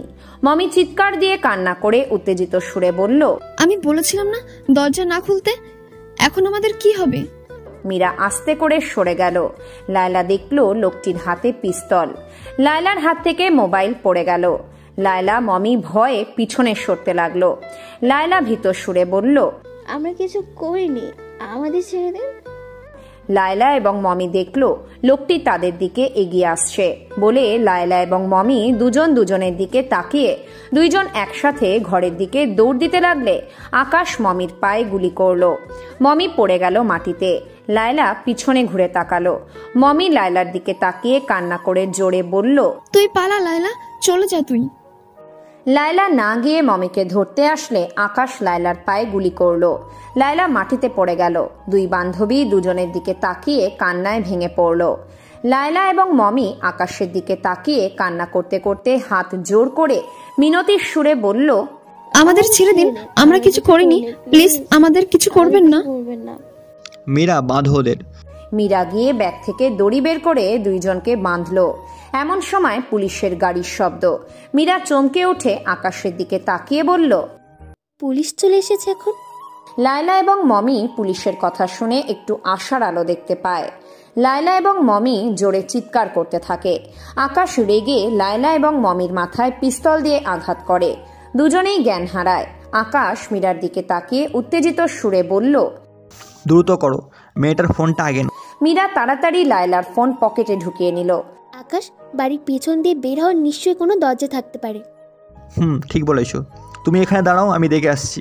বলে আকাশ দৌড়ে গেল বাইরে বের হওয়ার কোনো দরজা আছে কিনা দেখতে। কিন্তু কোনো দরজাই পেল না। আকাশ কিচেন রুমে গেল, দেখলো খোলা জানালা। আকাশ দৌড়ে এসে মীরাকে বলল, বাড়ির পিছন দিয়ে বের হওয়ার কোনো দরজা নেই, তবে আমার কাছে বুদ্ধি আছে। এমন সময় দরজা নক করলো পুলিশ। মিস লাইলা, মিস মিম, আমরা পুলিশ, প্লিজ দরজা খুলুন। কোনো সাড়া শব্দ আসলো না। এসআই কয়েকবার দরজা ধাক্কালো, কিন্তু কোনো লাভ হলো না। স্যার, মনে হচ্ছে ভেতরে কেউ নেই। বলাই যাবে না, দরজাটা ভেঙে ফেলো। কনস্টেবল এবং আরো দুইজন মিলে দরজা ধাক্কা দিয়ে ভেঙে ফেলল। এসআই এবং কনস্টেবলরা সবাই ভিতরে ঢুকে দেখে পুরো বাড়ি একদম ঘুটঘুটে অন্ধকার। সবাই নিজের নিজের ফোন বের করে লাইট অন করলো এবং আস্তে আস্তে ভিতরে গেল। দেখলো বাড়ি একদম ফাঁকা। স্যার, বলেছিলাম না কেউ নেই। এটা কিভাবে হয়? আমরা তো ওদের ফোন ট্র্যাক করে এই লোকেশনটাই পেয়েছি। এক কাজ করো, এই পুরো বাড়িটা ভালোভাবে সার্চ করে দেখো কিছু পাও নাকি। Okay sir. কনস্টেবল বাড়ি সার্চ করে দেখতে লাগলো। এদিকে এসআইও সব খুঁটিয়ে দেখতে থাকে। এসআই কিচেন রুমে আসে। মীরা এবং আকাশ কিচেন রুমের বাইরে বৃষ্টির মধ্যে দেওয়ালের সাথে মিশে দাঁড়িয়ে আছে। মীরা ভয়ে চোখ বন্ধ করে আছে। এসআই কিচেন রুমের জানলার দিকে তাকায়, দেখে জানলা ভেজানো। এসআই যেই জানলা খুলতে যাবে ঠিক সেই সময় কনস্টেবল স্যার বলে ডাক দিল। এসআই জানলা আর না খুলে দ্রুত কিচেন রুম থেকে বের হয়ে গেল। আকাশ জানলা দিয়ে উঁকি দিয়ে দেখে এসআই চলে যাচ্ছে। মীরা আকাশের জ্যাকেট টেনে ধরলে আকাশ মীরার দিকে তাকিয়ে ফিসফিস করে বলল, সব ঠিক আছে। কি কিছু পেলে? না স্যার, শুধু এই ফোন পেয়েছি। এ বাড়িতে দুইটা মেয়ে ছিল, ফোনও দুটো হবার কথা, তাহলে একটা ফোন কেন? স্যার, আমার মনে হচ্ছে মেয়ে দুইটা পালিয়ে গেছে। ওরা হয়তো জানতে পেরেছে আমরা আসবো। তোমার মাথায় কি গোবর আছে? ওরা খুব ভালো করে জানে বাইরে ওরা সেফ না। পালানোর তো কোনো চেষ্টা করবে না। তাহলে কি? বলতেই এসআইয়ের ফোনে কল আসে। এসআই ফোন রিসিভ করে কানে ধরলো। হ্যালো স্যার, নদীর তীর থেকে দুইটা লাশ পাওয়া গেছে, আপনি তাড়াতাড়ি আসুন। আমি আসছি বলে ফোন কেটে দিল। চলো সবাই। আকাশ পুলিশের গাড়ি চলে যাওয়া দেখতে পেল। চলে যাচ্ছে মনে হয়। চলো। আকাশ এবং মীরা কিচেন রুমের জানলা খুলে ভিতরে ঢুকলো এবং কিচেন রুমের জিনিসপত্র রাখা থাকে এমন বড় বড় দুটো ক্যাবিনেট খুললো। দেখলো মমি এবং লায়লাকে যেভাবে ঢুকিয়েছিল সেভাবেই আছে। আকাশ মীরার দিকে তাকিয়ে বলল, হাত লাগাও আমার সাথে। মীরা এবং আকাশ দুইজন মিলে লায়লা এবং মমিকে বের করলো ক্যাবিনেটের ভিতর থেকে। মীরা হাঁপিয়ে গিয়ে জোরে জোরে শ্বাস ফেলতে ফেলতে বলল, তুমি খুব বুদ্ধিমান আকাশ। লাস্ট টাইমে যদি এই বুদ্ধিটা না বের করতে তাহলে আজ দুজনেই ধরা পড়ে যেতাম। ভাগ্যিস তুমি মেঝের রক্তগুলা পরিষ্কার করে ফেলেছিলে, না হয় আজ একদম হয়েছিল। আকাশ মীরার দিকে তাকিয়ে বলল, আমাকে তুমি কি ভাবো? আমি কে তুমি জানো না? ঘন্টা খানেক পর লায়লার জ্ঞান ফিরল। সে দেখল তার দুই হাত চেয়ারে খাঁচের ভিতরে ঢুকানো, পাও বাঁধা, পায়ের নিচে লোহার চ্যাপ্টা পাত। লায়লা ভয় উত্তেজিত হয়ে পাশে তাকাতেই দেখে মমিকেও একই অবস্থায় বেঁধে রেখেছে, কিন্তু মমির জ্ঞান নেই। লায়লা উত্তেজিত সুরে মমিকে ডাকতে লাগলো। এদিকে আকাশ এবং মীরা ভিডিও ক্যামেরার সাহায্যে আরেক রুমে বসে ওদের দেখছে। আকাশ উঠে দাঁড়িয়ে বলল, আমার এখন যেতে হবে, তুমি এখন বাড়ি চলে যাও, অনেক রাত হয়েছে। না, আমি যাব না। আমি দেখবো, শুনবো ওদের কথা। শুনতে হবে না তোমার, তুমি চলে যাও। দেখো, আমি জানতে চাই রোহিতের সাথে ওরা কি করেছে। আমি তোমাকে ফোন করে দিয়ে বলবো, তুমি এখন যাও। আর হ্যাঁ, আরেকটা মেয়ে বাকি আছে, ওই মেয়ের ফোন নাম্বার এই ফোন থেকে নিয়ে লোকেশন বের করো, আমাকে খবর দিও। মীরা মন খারাপ করে বলল, ওকে বাই বলে চলে গেল মীরা। এদিকে লায়লা মমিকে ডাকতেই থাকে, কিন্তু মমির কোনো সাড়া নেই। আকাশ ড্রয়ার খুলে তার টর্চার সরঞ্জামের বক্স বের করে নিয়ে সেই রুমে ঢোকে। লায়লা দেখলো তার বাড়িতে যেই লোকটাকে দেখেছে সেই লোকটাই আসছে। লায়লা ভয়ে চুপসে গেল। লায়লার বুকের ভিতর ভয় কাঁপতে লাগে। আকাশ কোনো কথা বলল না। এসে টেবিলের উপর বক্স রেখে পানির বোতল খুলে মমির মুখে পানির ছিটা দিল। মমি জেগে উঠলে আকাশ চেয়ার নিয়ে ওদের সামনে বসে। লায়লা আকাশের দিকে তাকিয়ে ভীত সুরে বলল, আমরা কিছু করিনি, সত্যি বলছি, আমাদের ছেড়ে দিন। মমির চোখ ঝাপসা হয়েছিল। লায়লার কণ্ঠ শুনে মমি আদো আদো চোখে লায়লার দিকে তাকালো। দেখলো লায়লা কাঁদছে এবং মিনতি করে কথা বলছে। মমির সামনে তাকাতেই দেখে সেই লোক। মমি বড় বড় চোখ করে আকাশের দিকে তাকিয়ে ভয়ে জোরে কান্না করে উঠল এবং উত্তেজিত সুরে বলল, আমরা কিছু করিনি, আমাদের ছেড়ে দিন, দয়া করুন। আকাশ বক্স থেকে ছোট দুটো ছুরি বের করে ছুরির ছুঁচালো মাথায় হাত দিয়ে দেখতে থাকে। লায়লা এবং মমি দুজন দুজনের দিকে তাকাতাকি করতে থাকে। দুজনের গলা শুকিয়ে কাঠ হয়ে আসে। আকাশ চোখ তুলে দুজনের দিকে তাকায়, দেখে দুজনেই ঢোক গিলছে। আকাশের চোখের সামনে সেই ভিডিও ফুটেজ ভেসে উঠল, কিভাবে ওরা রোহিতকে সেই রুমে নিয়ে গিয়েছিল। আকাশের চোখ লাল হয়ে গেল। আকাশ চোখ বন্ধ করে উঠে দাঁড়ালো। আকাশের চোখের সামনে শুধু সেই ভিডিও ফুটেজের ভিডিওগুলো ঘুরছিল। আকাশকে হাতে ছুরি নিয়ে এভাবে দাঁড়িয়ে থাকতে দেখে লায়লা এবং মমির ভয় আত্মা শুকিয়ে গেল। না জানি ওদের এখন কি করবে। আকাশ চোখ খুলেই কোনো কথা নেই। দুজনের হাতের মধ্যে দুটো ছুরি ঢুকিয়ে দিল এবং টেনে বের করলো, আবারও ঢুকিয়ে দিল। লায়লা এবং মমি জান ছেড়ে চিৎকার দিচ্ছে, এই হাত দিয়ে তোর রোহিতকে টেনে টেনে ভেতরে নিয়ে গিয়েছিলি, এই হাত দিয়ে কেন কেন? দাঁত খিচিয়ে বলে আর ছুরি ওদের হাতের ভিতর ঢুকায় আর বের করে। এমন সময় আকাশের মুখে রক্ত ছিটে এসে পড়তেই আকাশের ধ্যান ভাঙে। আকাশ চোখ তুলে লায়লা এবং মমির দিকে তাকায়, দেখে ওদের আধমরার মতো অবস্থা হয়ে গিয়েছে। আকাশ ছুরি দুটো টেবিলের উপর রেখে পানির বোতল নিয়ে পানি দুজনের মুখে ছুঁড়ে মারে। লায়লা এবং মমি দুজনেই লাফিয়ে ওঠে। আকাশ চেয়ারে বসে এবং শান্ত হয়ে বলে, তোরা কি করেছিলি রোহিতের সাথে? লায়লা এবং মমি কথা বলার শক্তি পাচ্ছিল না। দুজনেই আদো আদো চোখে আকাশের দিকে তাকিয়ে মাথা নাড়িয়ে বলল, আমরা কিছুই করিনি। আকাশ রেগে দুজনের মুখে ঘুষি মারল আর বলল, তোরা কিছু করিসনি তোরা? মিথ্যা বলিস আমাকে? দাঁড়া। বলে ছুরি দিয়ে মমির গালে ঠেকিয়ে বলল, তুই তো প্রথমে রোহিতের কাছে গেছি, বল কি কারণে রোহিতের কাছে গেছি, সত্যি বল। মমি কাঁপা সুরে বলল, আমি এমনি গল্প করতে গেছিলাম, আর কিছুই করিনি, সত্যি বলছি। আকাশ রেগে মমির গালে ছুরি দিয়ে এক টান দিল, আর সাথে সাথে মমির গাল কেটে হাঁ হয়ে গেল। লায়লা মমির গাল দেখে ভয়ে চিৎকার দিয়ে উঠল। আকাশ লায়লার কাছে এসে ছুরি লায়লার ঠোঁটের কাছে ধরে বলল, একদম চুপ। লায়লা আকাশের লাল বর্ণ চোখ দেখে ভয়ে চুপ হয়ে গেল। তোরা তো দুজনেই তো ছিলি না যে রোহিতকে টেনে টেনে রুমের ভিতরে নিয়ে গিয়েছিলি? কেন নিয়ে গিয়েছিলি? কি করেছিস তোরা রোহিতকে?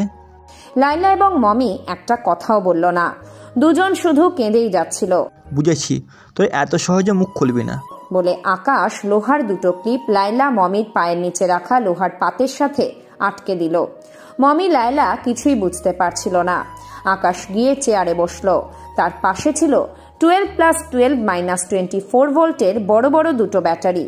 আকাশ ব্যাটারির নেগেটিভ পজিটিভের সাথে দুটো ক্লিপ লাগিয়ে দিয়ে সুইচ দিল, আর সাথে সাথে লায়লা এবং মমি কারেন্ট শকে লাফাতে লাগলো। আকাশ 2 মিনিট পর সুইচ বন্ধ করলো। দুজনের অবস্থা খুব খারাপ, দুজনেই কাঁপছে। বল কি করেছিস তোর রোহিতের সাথে? আমরা সত্যিই কিছু করিনি। বলতেই আকাশ আবারও সুইচ দিল। দুজনেই কারেন্টের শকে লাফাতে লাগলো। এবারে 3 মিনিট কারেন্ট শক দিল। এবার তোর লাস্ট চান্স, যদি না বলিস তাহলে এবার আর তোরা মরা না পর্যন্ত সুইচ বন্ধ করব না। লায়লা মমির দিকে তাকালো, দেখলো মমি কাঁপছে। 3 পর্যন্ত গুনবো, 1, 2, 3। বলতেই লায়লা বলল, আমার রোহিতকে সেক্সুয়ালি রিলেশন করার জন্য ভিতরে নিয়ে গেছিল। আকাশ লায়লার কথা শুনে অবাক হয়ে গেল। মমি লায়লার দিকে তাকালো। আকাশ আর কিছু না বলেই উঠে বাইরে গেল। এদিকে মমি লায়লার দিকে তাকিয়ে ভয়ে কান্নার সুরে বলল, কেন বললি? ও আমাদেরকেও ফেলবে। না বললে মেরে ফেলতো, আমি আর সহ্য করতে পারছি না। এদিকে আকাশ বাইরে দাঁড়িয়ে রইল। হঠাৎ তার মনে পড়ল কনস্টেবল বলেছে, স্যার রোহিতের শরীরে কোনো অস্বাভাবিক ক্ষত বা চিহ্ন পাওয়া যায়নি, তবে তার পিঠে আঁচড়ের চিহ্ন দেখেছে। আকাশ দ্রুত গতিতে ভিতরে আসে। লায়লা মমি আকাশের কাছে আকুতি করে বলতে থাকে যেন তাদের ছেড়ে দেয়। আমরা জাস্ট ফান করছিলাম, আমরা কিচ্ছু করিনি, যা করেছে সুরভি করছে। বলতেই আকাশ রিভলভার বের করে দুজনের মাথায় শুট করলো। দুজনেই সেখানেই শেষ। আকাশ চেয়ারে বসে দীর্ঘ একটা শ্বাস ছাড়ল এবং লায়লা মমির দিকে তাকিয়ে রইল। লায়লা এবং মমির রক্ত পুরো রুমের মেঝেতে ছড়িয়ে পড়ল। আকাশ রাগান্বিত সুরে বলল, আমি ছাড়বো না, ও সুরভিকেও ছাড়বো না। বলে উঠে চলে গেল। এদিকে সকালে টিভিতে পেপারে খবর ছড়িয়ে গেল, নদীর তীরে যেই লাশ পাওয়া গিয়েছে সেটা কলেজের ইন্টার ফার্স্ট ইয়ারে 2 জন ছাত্রের। তাদের নাম জুবিন মারুফ। তাদের বাবা মা লাশ চিহ্নিত করেছে। ছেলে দুটো চেহারা একদম বিভৎস হয়ে গিয়েছে। তাদের খুব খারাপভাবে টর্চার করে মেরে ফেলা হয়েছে বোঝা যাচ্ছে। মীরা টিভিতে খবর দেখে। তার হাত থেকে কফির মগ মাটিতে পড়ে টুকরো টুকরো হয়ে গেল। মীরার মা শব্দ শুনে দৌড়ে এসে দেখে মেঝেতে কফির মগ পড়ে আছে, আর মীরা টিভির দিকে তাকিয়ে আছে। কিরে? মীরা চমকে উঠে তার মায়ের দিকে তাকালো। কফির মগ ফেলে দিয়ে ভেঙে ফেললি? কি এমন দেখছিস টিভিতে? বলতেই মীরা তাড়াতাড়ি রিমোট নিয়ে টিভি বন্ধ করে দিয়ে কাঁপা সুরে বলল, আসলে মা একটা খবর দেখেছিলাম, তাই একটু অন্যমনস্ক হয়ে গিয়েছিলাম। সরি মা, হাত ফসকে পড়ে গেছে, আমি এক্ষুনি পরিষ্কার করছি। বলতেই মা বলল, দরকার নেই, আমি কাজের মেয়েকে বলছি। মীরা আর কোনো কথা না বলে দ্রুত নিজের রুমে চলে গেল এবং রুমের দরজা বন্ধ করে বিছানায় আঁটোসাঁটো হয়ে বসে ভয়ে কাঁপতে লাগলো। আকাশ ওদের জানে মেরে ফেলেছে, তাও আবার এত ভয়ঙ্কর ভাবে। আমি কোনো ভুল করলাম না তো? বলতেই মীরার ফোন বেজে উঠল। মীরা চমকে উঠে ফোনের দিকে তাকালো, দেখলো আকাশ কল করেছে। মীরা ফোন কেটে দিল। আকাশ মীরার ফোন কেটে দেওয়াতে অবাক হয়ে গেল। আকাশ আবারও কল করলো, দেখলো ফোন বন্ধ দেখাচ্ছে। ব্যাপারটা কি হলো? না, ভালো ঠেকছে না, দেখতে হচ্ছে। 30 মিনিট পর মীরার বাড়িতে আকাশ আসলো। মীরার মা আকাশকে দেখে অবাক হয়ে বলল, তুমি কে বাবা? আমি মীরার বন্ধু। মীরা আছে আন্টি? আছে, আসো ভেতরে আসো। তুমি বসো, আমি মীরাকে ডেকে দিচ্ছি। আকাশ বাড়ির ভিতরে গিয়ে বসলো। মা গিয়ে মীরার দরজায় ডেকে বলল, তোর বন্ধু এসেছে, দেখা করতে বাইরে আয়। মীরা নিজেকে শান্ত করে বলল, আসি মা। মা চলে গেল। মীরা জোরে একটা শ্বাস নিয়ে ছাড়লো এবং উঠে আয়নার সামনে আসলো, নিজেকে ঠিকঠাক করলো। মীরা দরজা খুলে বের হতেই দেখে আকাশ দাঁড়িয়ে আছে। মীরা আকাশকে দেখে ভয় পেয়ে গেল। আকাশ মীরাকে এমন ভয় পেতে দেখে বুঝতে পারলো সকালে টিভিতে খবর দেখেছে মীরা। আমি কিছু কথা বলতে চাই মীরা। তুমি চলে যাও আকাশ। যাব, আগে আমার কিছু কথা শোনো। মীরা আকাশের কথা না শুনে দরজা বন্ধ করতে গেলে আকাশ দরজার মাঝখানে পা রাখে। মীরা ভয়ের চোখে আকাশের দিকে তাকায়। আকাশ দরজা ধরে গম্ভীর সুরে বলল, আমার কথা শোনো। বলে আকাশ মীরার রুমে দরজা খুলে ভিতরে ঢুকে দরজা বন্ধ করে দিল। মীরা ভয় পিছনে সরতে থাকে। মীরা, আমি তোমায় কিছুই করব না, আমি শুধু কিছু কথা বলবো। দেখো, আমি জানি তুমি জুবিন আর মারুফের মৃত্যুর খবর শুনে ভয় পেয়ে। ওদের কেন মারতে গেলে? হ্যাঁ, জানি ওরা অপরাধ করেছে, তাই বলে তুমি ওদের জানে মেরে ফেলবে? মীরার কথা শুনে আকাশের রাগ উঠে গেল। আকাশ গিয়ে মীরার হাতের বাজু শক্ত করে ধরে বলল, আমি ওদের মেরে ফেলেছি, সেটা দেখেছো? আর ওরা রোহিতের সাথে কি করেছে একবার ভেবে দেখেছো? আকাশ, আমার ব্যথা লাগছে। আকাশ মীরাকে ছেড়ে দিয়ে দূরে সরে দাঁড়ালো। মীরা ব্যথায় কান্না করতে লাগলো। সরি, আমি ব্যথা দিতে চাইনি তোমাকে। দেখো মীরা, রোহিতের সাথে যেটা করেছে কাল অন্য একটা ছেলের সাথে এমন করতে পারে। আমি মনে করি আমি ওদের প্রাপ্য শাস্তি দিয়েছি। আমি রোহিতের প্রতিশোধ চেয়েছি এবং আমি সেটাই করেছি। মীরা, বারে ওই 3 মেয়ে রোহিতকে কেন টেনে টেনে রুমের ভিতরে নিয়ে গিয়েছিল কেন জানো? ওরা রোহিতের সাথে সেক্সুয়াল রিলেশন করতে চেয়েছিল। ওদের 2 জনের মাথা ওই সুরভি মেয়েটা। ওই মেয়ে মেয়ে শয়তান। আমি কাল রাতে ওদের 2 জনকে মেরে ফেলেছি এবং রাতে ওদের লাশ মাটিতে পুঁতে দিয়েছি, যার কারণে রোহিতের আত্মহত্যা করতে বাধ্য হয়েছে। তুমি কি চাও না তার শাস্তি হোক? মীরা, আমি সুরভিকে ধরতে চাই, আর তুমি পারো আমাকে সাহায্য করতে। মীরা কোনো কথা বলল না, চুপচাপ দাঁড়িয়ে রইল। মীরা চুপচাপ দাঁড়িয়ে থাকা দেখে আকাশ বলল, তুমি কি আমাকে পুলিশে দিতে যাচ্ছ? মীরা চমকে আকাশের দিকে তাকিয়ে গম্ভীর সুরে বলল, না আকাশ, আমি তোমাকে পুলিশে দিতে চাই না, আমিও প্রতিশোধ চাই। তুমি ঠিকই বলেছো, ওরা যা করেছে ওদের শাস্তিটা ঠিক আছে। তুমি দাঁড়াও, আমি তোমার সুরভির ঠিকানা দিচ্ছি। কাল রাতেই আমি সুরভির ঠিকানা বের করেছি। ও রাতে ফোন খুলেছিল। এই নাও সেই ঠিকানা। থ্যাংক ইউ আকাশ, আমি তোমার সাথে যেতে চাই। মীরা, আমি যে শাস্তি দিই সেটা তুমি দেখে সহ্য করতে পারবে না। আমি পারবো। রোহিতের আসল দোষীকে আমি নিজের চোখে শাস্তি পেতে দেখতে চাই। সুরভি নিউজ দেখার পর থেকে কি করবে বুঝছে না। তার মনে হচ্ছে এই কাজ রোহিতের, যে প্রতিশোধ নিচ্ছে সেই করছে। সুরভি ছিল এক হোটেলে।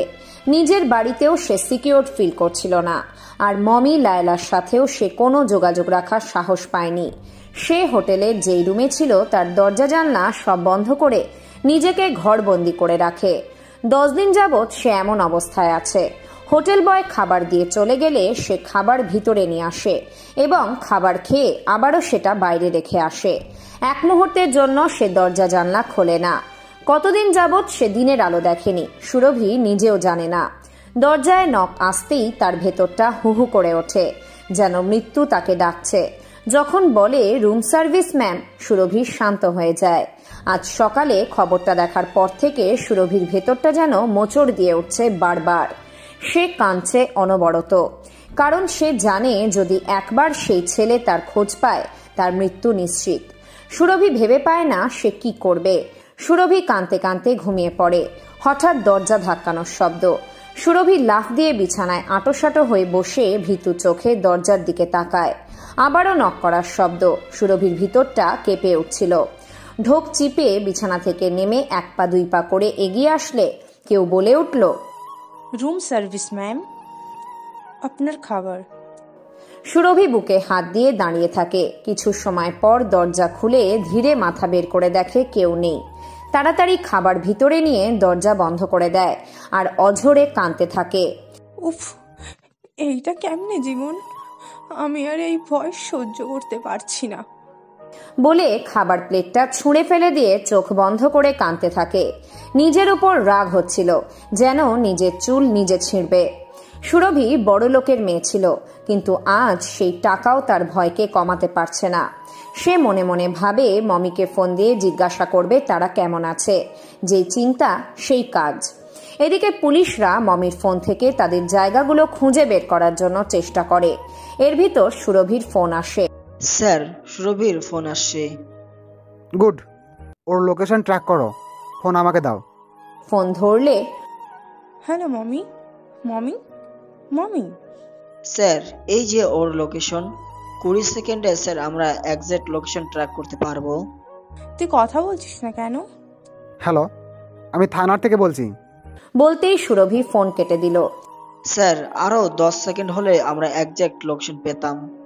সুরভি ফোন অফ করে দেয় আর ভাবে, মমির ফোন পুলিশ পেল কিভাবে? তাহলে কি মমিকে পুলিশে ধরে ফেলেছে? উফ, মমি। ভাবতে ভাবতে সে নিজে নিজে বলছে, পুলিশ আমাকেও ধরে ফেলবে, এর থেকে ভালো আমি ধরা দিই। ওই লোকের হাতে পড়ার আগে আমি পুলিশকে ধরা দিয়ে সব সত্যি বললে আমাকে অন্তত জানে মেরে ফেলবে না। মমি লায়লার মতো আমি বেঁচে যাব। এমনভাবে ভয় দিন কাটানোর থেকে পুলিশকে বলাই ঠিক হবে। সুরভি ফোন খুলতেই ফোন বেজে ওঠে। সুরভি দেখে আননোন নাম্বার। আননোন নাম্বার দেখেই সুরভির জান শুকিয়ে যায়। ভয়ে ভয়ে ফোন রিসিভ করে। মিস সুরভি, আপনি ফোনটা কাটবেন না, আমি থানা থেকে বলছি। সুরভি কান্না গলায়, আমি সব স্বীকার করব, প্লিজ আমাকে নিয়ে যান। আপনি কোথায় আছেন বলুন, আমরা আপনাকে এখনই নিয়ে আসবো। না না, আপনাদের আসতে হবে না, আমি আসছি। বলেই ফোন কেটে দিল এবং ফোন অফ করে দিল। শিট, এ মেয়ে বাইরে বের হলেই বিপদ, কথাই তো শুনলো না। স্যার, আমরা লোকেশন ট্র্যাক করেছি। কোথায়? স্যার, উনি এই হোটেলে আছে। তাড়াতাড়ি গাড়ি বের করো, ফাস্ট ফাস্ট ফাস্ট। রাত 8টা। সুরভি ফ্রেশ হয়ে বের হয়ে হোটেলে বিল পরিশোধ করে পার্কিং লবে চায় নিজের গাড়ি নিতে। সুরভি চারপাশ তাকাচ্ছে, ভয়ের শরীর কেঁপে যাচ্ছে, পায়ে জোর পাচ্ছে না। হঠাৎ দেখে মেঝেতে রক্তের ছিটা ফোঁটা। সুরভি থমকে দাঁড়ায়, নিজেকে সামলানোর চেষ্টা করে। রক্তের ফোঁটা দাগ দেখে সেদিকে এগিয়ে যায়, গিয়ে দেখে তার গাড়ির পাশে ওয়াচম্যানের পোশাকে একজন পড়ে আসছে, ওর মাথা দিয়ে রক্ত পড়ছে। সুরভি ভিতরের চোখ এদিক ওদিক তাকায়, মুখে হাত দিয়ে কাঁপতে কাঁপতে নিজের গাড়িতে বসে এবং গাড়ির গ্লাস তুলে দিতে দেখে গ্লাসে রক্ত দিয়ে লেখা আছে ডেড সুরভি। সুরভি চিৎকার দিয়ে আরেক দরজা দিয়ে গাড়ি থেকে বের হয়। সে ওয়াচম্যানের সাথে পা বেঁধে পড়ে যায়। সুরভি দেখে সেই লোকের রক্ত তার গায়ে হাতে লেগে গেছে। সুরভি চিৎকার দিয়ে ছেঁচড়িয়ে পিছনে সরে যায়, হাত 3 পিসে মোছে এবং সেখান থেকে উঠে দৌড় দেয়। হঠাৎ পার্কিং লবের সব লাইট অফ হয়ে যায়। সুরভি দাঁড়িয়ে পড়ে, সে ভয়ে কাঁদতে থাকে। হঠাৎ তার সামনে একটা গাড়ির হেডলাইট জ্বলে ওঠে। সুরভি চোখে হাত দেয়। সুরভি আঙুলের ফাঁক দিয়ে আবছা আবছা দেখে গাড়ির ভিতর কেউ বসে আছে। সুরভি গাড়ির চালকের কাছে সাহায্য চাইতে গেলে গাড়ির গিয়ারিংয়ে স্পিড দেয়। সুরভি আবারও থেমে যায়। সুরভি বুঝে ফেলে সে মৃত্যুর কাছে দাঁড়িয়ে। সুরভি পিছন দিকে দৌড় দেয় আর গাড়িও চলতে থাকে। সুরভি দৌড়াতে দৌড়াতে ধূপ করে কারোর সাথে ধাক্কা লেগে পড়ে যায় মাটিতে। সুরভি পিছনে তাকিয়ে দেখে গাড়ি থেমে গেছে। সুরভি উঠে পিছনের গাড়ির দিকে তাকিয়ে বলে, প্লিজ আমাকে বাঁচান, প্লিজ। লোকের কোনো সাড়া না পেয়ে সুরভির সামনে তাকায়, দেখে কালো মাস্ক, কালো পোশাকে দাঁড়িয়ে একজন। সুরভি দূরে সরে যেতেই সে সুরভির হাত ধরে। সুরভি হাত ছাড়ানোর চেষ্টা করলে পিছন থেকে মীরা ওর মাথায় আঘাত করে। সুরভি জ্ঞান হারায়। আকাশ সুরভিকে বাঁধে এবং গাড়ির ডিকিতে বন্ধ করে গাড়ি নিয়ে চলে যায়। ওরা যাওয়ার 15 মিনিট পর পুলিশ সেখানে আসে। পুলিশ রিসেপশনে গিয়ে জিজ্ঞাসাবাদ করতে তারা বলে উনি বের হয়ে গেছেন। পুলিশ সুরভির রুমে গিয়ে দেখে সে নেই। পুলিশ হোটেলের কন্ট্রোল রুমে গিয়ে দেখে সুরভি বের হয়ে পার্কিং লবে যায়। সুরভি ভয়ে গাড়ি থেকে নামা পর্যন্ত সব ঠিক ছিল। হঠাৎ সিসিটিভি ঝিরঝির করে। এসআই টেবিলে বাড়ি মেরে বলে, উফ, ওকেও নিয়ে গেছে, এই কিলার খুব চালাক। ওনারা পার্কিং লবে গিয়ে দেখেন সেখানে কিছুই নেই, খুব স্বাভাবিক। সেখানে সুরভির গাড়ি আছে, গাড়িটাও খুব স্বাভাবিক। পুলিশ বোঝে না সুরভি গ্লাস তুলে এমন কি দেখলো যে এত ভয় পেল, আর তার গায়ে রক্তের দাগ আসলো কোথা থেকে। আমার মনে হয় মেয়েটার জীবন সংকটে আছে।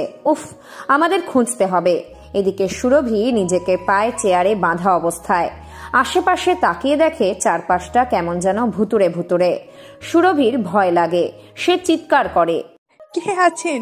আমাকে সাহায্য করুন, প্লিজ সাহায্য করুন। কেউ কি আছেন? প্লিজ কেউ বাঁচান, আমাকে বাঁচান।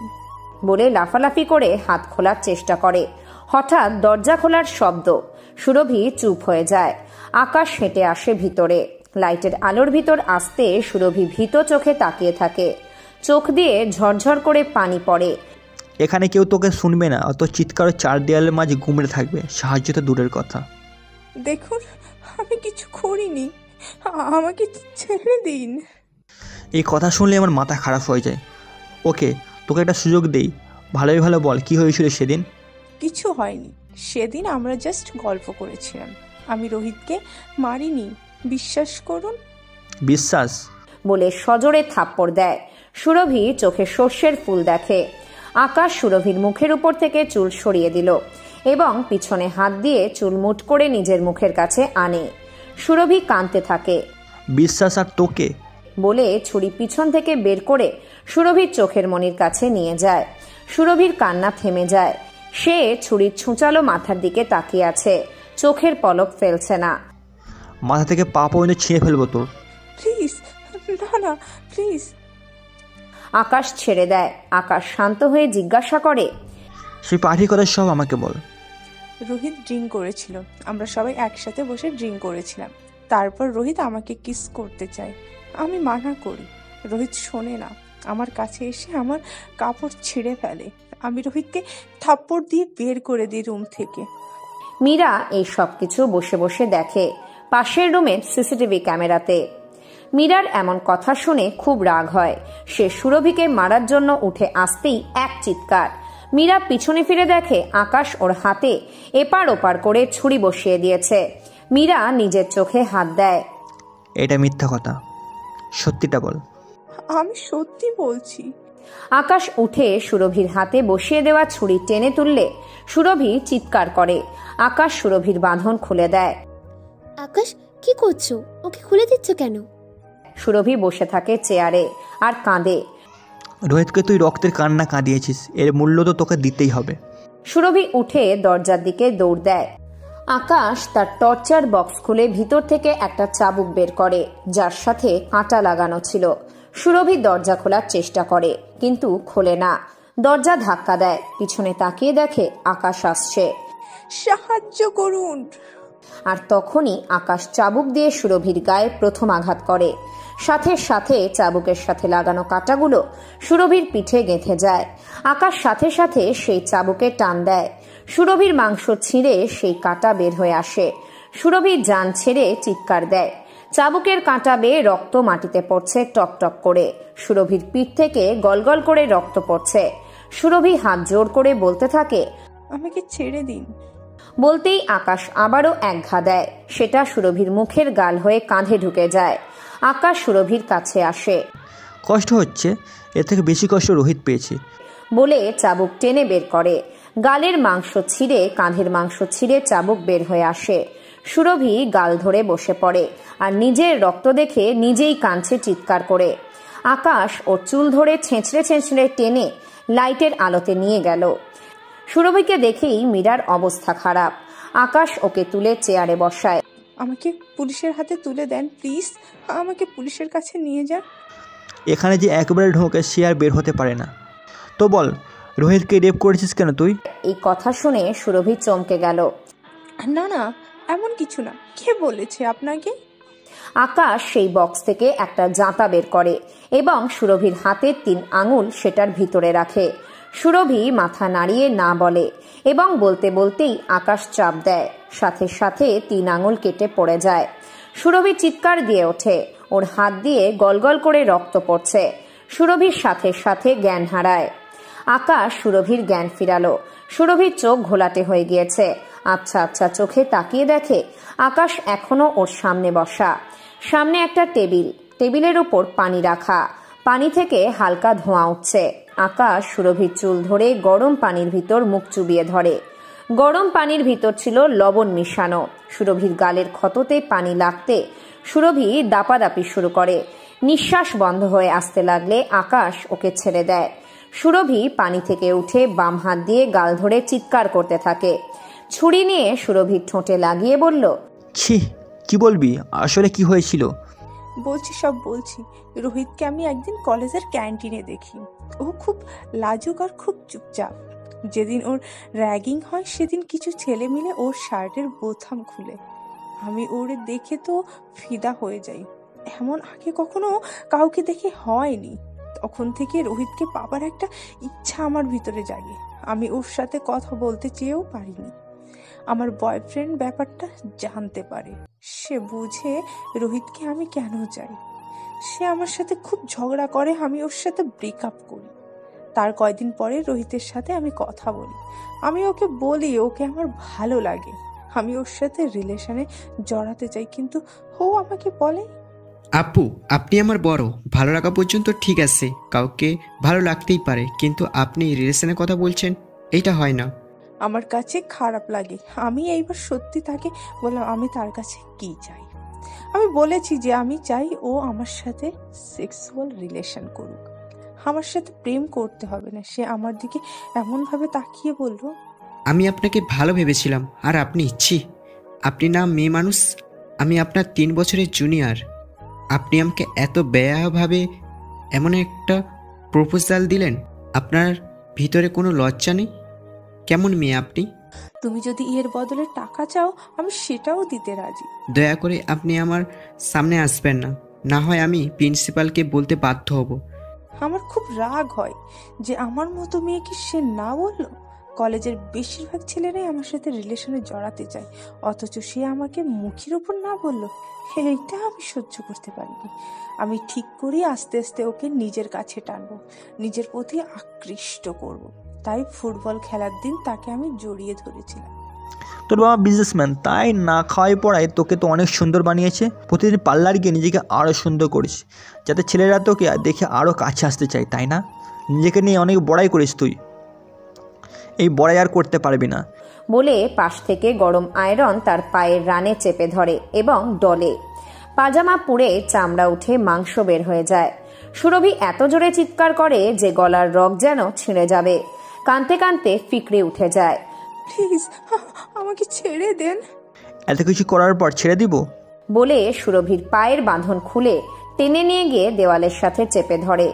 সুরভির শরীর তখন এলিয়ে পড়ছে।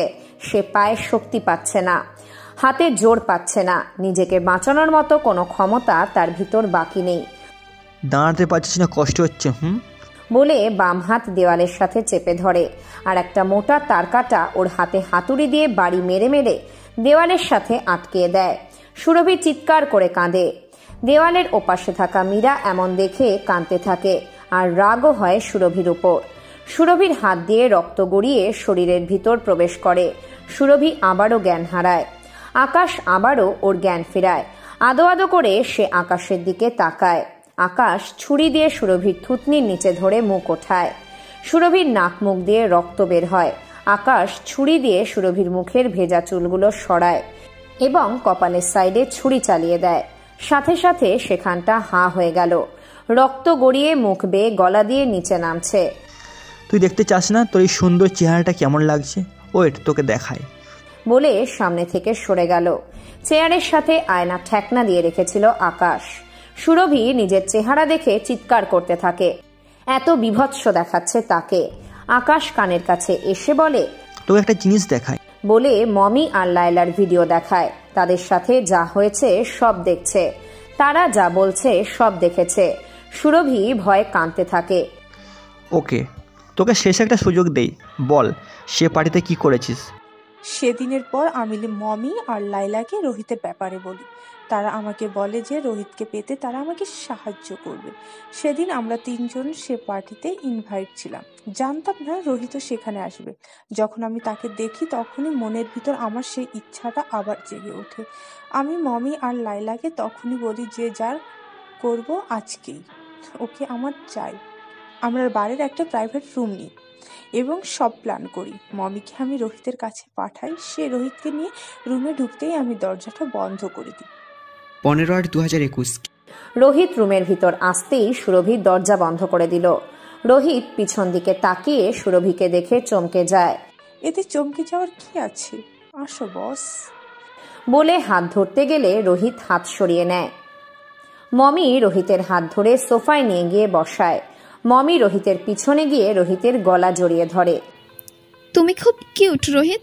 কি করছেন? ছাড়ুন। এই ছাড়, কি করছিস? পিচ্ছি ভয় পাচ্ছে।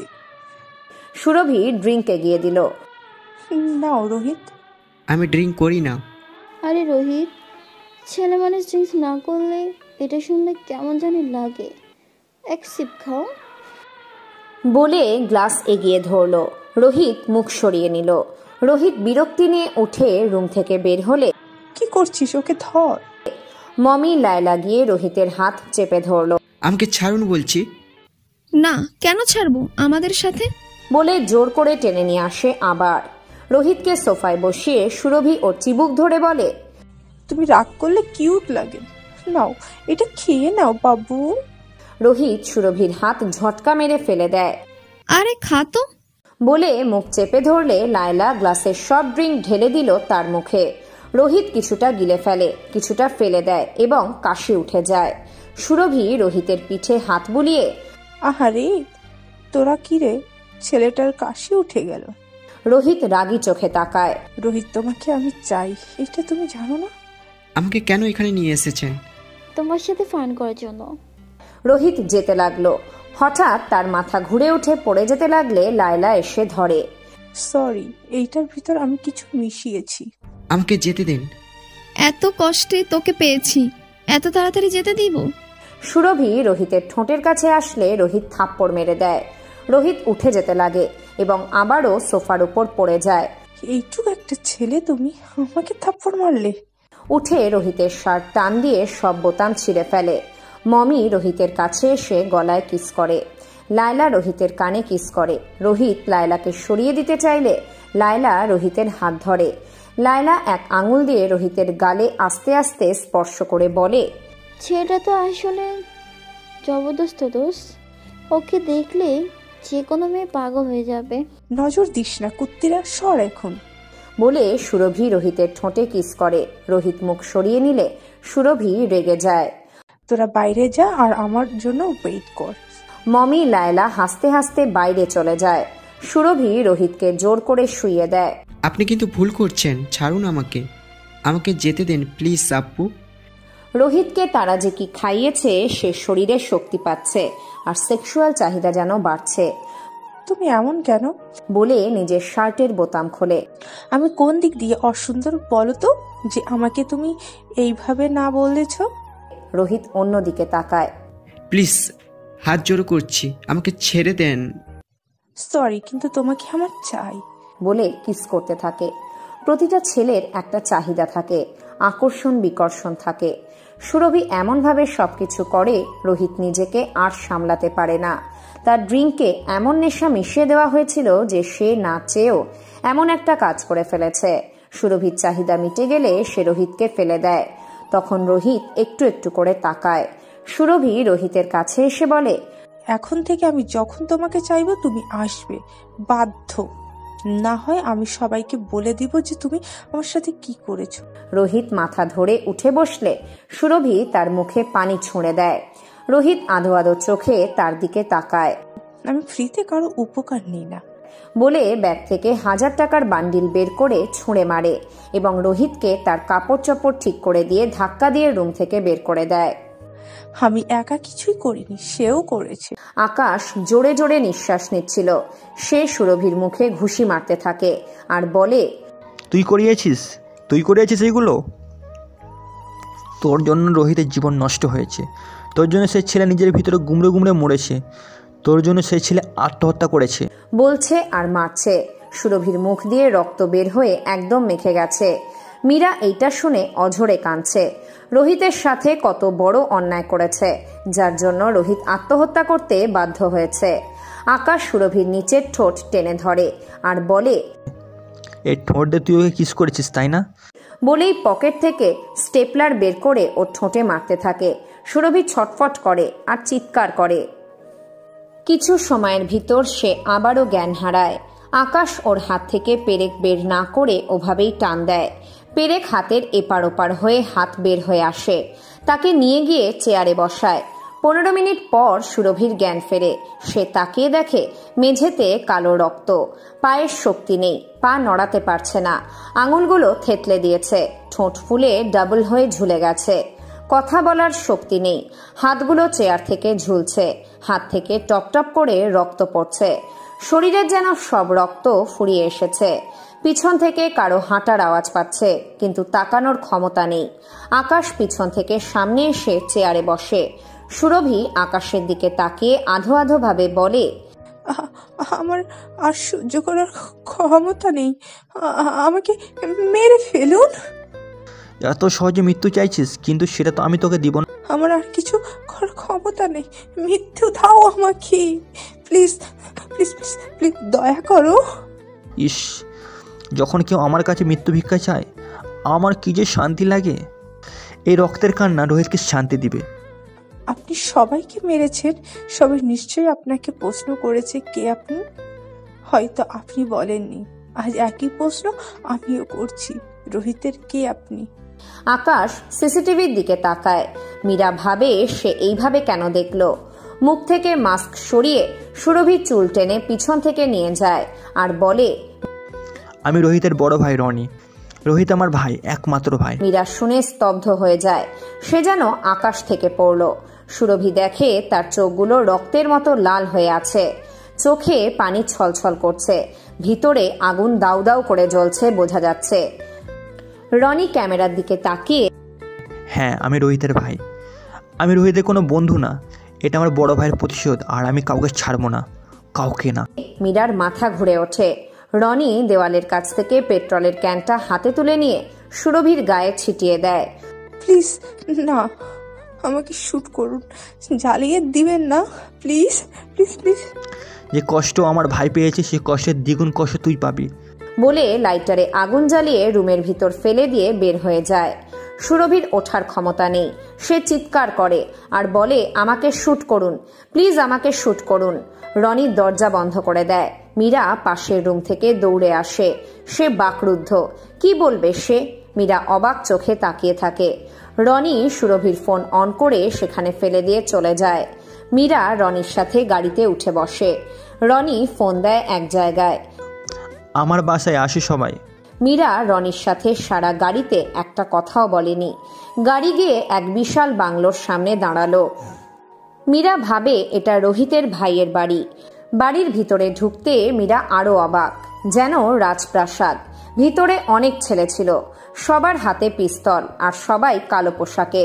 রনি সিঁড়ি দিয়ে উপরে গেল, পিছন পিছন মীরা গেল। রনি একটা রুমের দরজা খুলে ভিতরে প্রবেশ করে। মীরা ভিতরে ঢুকেই খুব ঠান্ডা অনুভব করে। চারপাশে তাকিয়ে দেখে সে আস্ত একটা ফ্রিজারের ভিতর আছে। মীরার ভয় ভয় করে। সামনে তাকাতে দেখে রোহিতের লাশ। মীরা আঁতকে ওঠে। রোহিতের লাশ একটা কাচের বাক্সে রাখা। রনি বক্সটা খুলে রোহিতের গালে আলতো করে হাত দেয় এবং কান্নায় ভেঙে পড়ে, যা দেখে মীরাও কাঁদতে থাকে। আমি তোর সব খুনির প্রতিশোধ নিয়েছি ভাই, সবাইকে আমি এক হাতে মেরেছি, তুই খুশি হসনি? রোহিত, একবার শুধু ভাইয়া বলে ডাক না ভাই, কত বছর তোর মুখে আমি ভাইয়া ডাক শুনিনি। রোহিত বলে রোহিতের মাথার কাছে মাথা দিয়ে কাঁদে। মীরা কাঁদছিল, আবার ভয় পাচ্ছিল, তাও সাহস করে জিজ্ঞাসা করে, তুমি আসলে কে? রোহিত কখনো তোমার কথা বলিনি, আর আমরা সবাই জানি রোহিত অনাথ। না, আমার ভাই অনাথ না। চিৎকার করে উঠে মীরা চমকে যায়। আর আমি সাধারণ কেউ না, আমি একজন মাফিয়া, এখানকার সবচেয়ে বড় মাফিয়া। মীরা যেন বেহুশ হয়ে যাবে এই কথা শুনে। সে এতদিন এমন একজনের সাথে কাজ করছিল যে কিনা একজন মাফিয়া। মীরা কাঁপা কাঁপা গলায় বলল, তাহলে রোহিত কেন, মানে? বলতেই রনি বলল, আমার 15 বছর বয়সে আমার বাবা মা আমাদের দেখে এই অ্যাক্সিডেন্টে মারা যায়।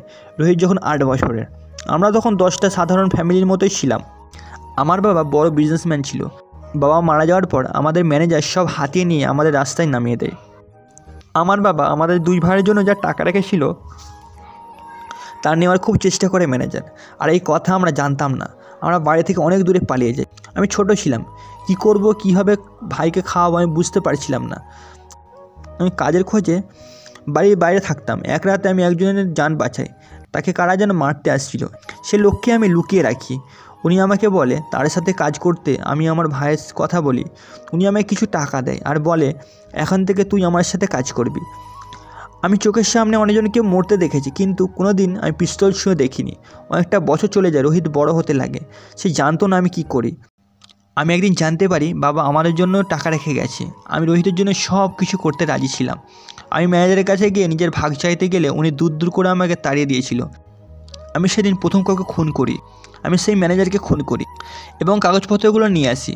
আমি সে সময় প্রাপ্ত বয়স্ক ছিলাম। আমি আমার সব টাকা রোহিতের ব্যাংকে জমা করে দিই। রোহিত তখন ক্লাস 7-এ পড়ে। সে প্রথম আমাকে কাউকে খুন করতে দেখে ফেলে। সে আমাকে খুব ভয় পাচ্ছিল, যা দেখি আমার নিজের ভিতরটাও খুব খারাপ লাগে। সেদিন আমার জন্মদিন ছিল। রোহিত আমাকে বলেছিল, ভাইয়া তুমি এগুলো ছেড়ে দাও, আমরা একসাথে থাকি, চলো। আমি তোমাকে ভালোবাসি ভাইয়া, আমি তোমাকে দেখে ভয় পেতে চাই না, চলো ভাইয়া আমরা সাধারণ জীবনযাপন করি। সেদিন আমি আমার ভাইকে ফিরিয়ে দিয়েছি। ওর হাতে আমি ব্যাংকের কাগজ দিয়েছিলাম। আমার ভাই কাঁদতে কাঁদতে বলেছিল, আমি আর তোমাকে দেখতে চাই না, তোমার সাথে আমার আর কোনো সম্পর্ক থাকবে না, তুমি আমার ভাই না, আজ থেকে আমি অনাথ। আমি সেদিন বাইরে থেকে বের হয়ে যাই, কখনো রোহিতের সামনে আসিনি, আর রোহিত আমার খোঁজ নেয়নি। কিন্তু আমি রোহিতের সামনে না আসলেও ওর সব খোঁজ খবর আমি রাখতাম। কিন্তু এখন আমি কার খোঁজ রাখবো? আমার প্রিয় ভাই, আমার কলিজার ছোট ভাইকে তো মারা গেল। বলে হু হু করে কান্নায় ভেঙে পড়ল এবং সে রুম থেকে চলে গেল। মীরা এগিয়ে আসে এবং রোহিতের কাছে এসে বসে। ওর মাথায় হাত বুলিয়ে কপালে একটা চুমু দেয়। রোহিত, তুমি শুধু, আমি তোমাকে দেখেছি। হ্যাঁ, আমি সাহস করতে পারিনি, তোমাকে বলতে পারিনি নিজের মনের কথা। আমি আজ বললেও তুমি শুনবে না, তবুও আমি আজ আমার মনের কথা তোমাকে বলতে চাই। আই লাভ ইউ রোহিত, তোমাকে অনেক ভালোবাসি। বলে মীরা রোহিতের গালে আস্তে করে চুমু দিয়ে কাঁদতে কাঁদতে সেখান থেকে বের হয়ে যায়। এদিকে পুলিশ সুরভির ফোন খোলা পেয়ে লোকেশন ট্র্যাক করে এবং এসে দেখে একটা বাড়ি, আর বাড়িটা দাউ দাউ করে জ্বলছে। ফায়ার সার্ভিস থেকে লোক এসে আগুন নিভিয়ে দেয়। পুলিশ সেখানে লাশের কোনো চিহ্ন পায়নি, সব ছাই হয়ে গিয়েছে। পোড়া ক্যামেরা পেয়েছে, কিন্তু কোনো প্রুফ পায়নি। সারা রাত পুলিশ সেখানে তদন্ত করতে থাকে। পরদিন সকালে রোহিতকে কবর দেয়া হয়। রনি দুপুরের ফ্লাইটে লন্ডনে পাড়ি দিল। 10 দিন পর প্রিন্সিপাল কলেজে বসে ভাবে, এমন কি আছে যে রোহিতের প্রতিশোধ নিতে চায়? আর কেন নিতে চায়? এটা তো একটা সুসাইড ছিল, কেউ তো আর তাকে খুন করেনি। ভাবতে ভাবতে ফোনটা বেজে ওঠে। দেখে একটা MMS আসছে। ওপেন করতেই দেখে ভিডিও। কলেজের সেই 4 ছেলে যারা হাসপাতালে এখনো আছে। ফার্স্ট ইয়ারের সেই 3 ছেলে যারা বলে তারা রোহিতকে সেক্সুয়ালি হ্যারাস করেছে। এরপর অনার্সের সেই 2 মেয়ে, মমি, লায়লা, যাদের পুলিশ এখনো খুঁজছে। এরপর দেখে সুরভি। সে বলে কিভাবে সে রোহিতের সাথে এত খারাপ একটা কাজ করেছে। প্রিন্সিপালের তো মাথায় হাত। কি বিভৎস তাদের চেহারা। ওরা এত কিছু করেছে বলেই রোহিত আজ নেই, এটা প্রমাণ হয়ে গিয়েছে। এই MMS সারা কলেজের সব স্টুডেন্টদের ফোনে আসে।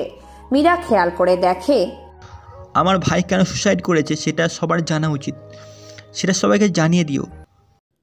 ওকে।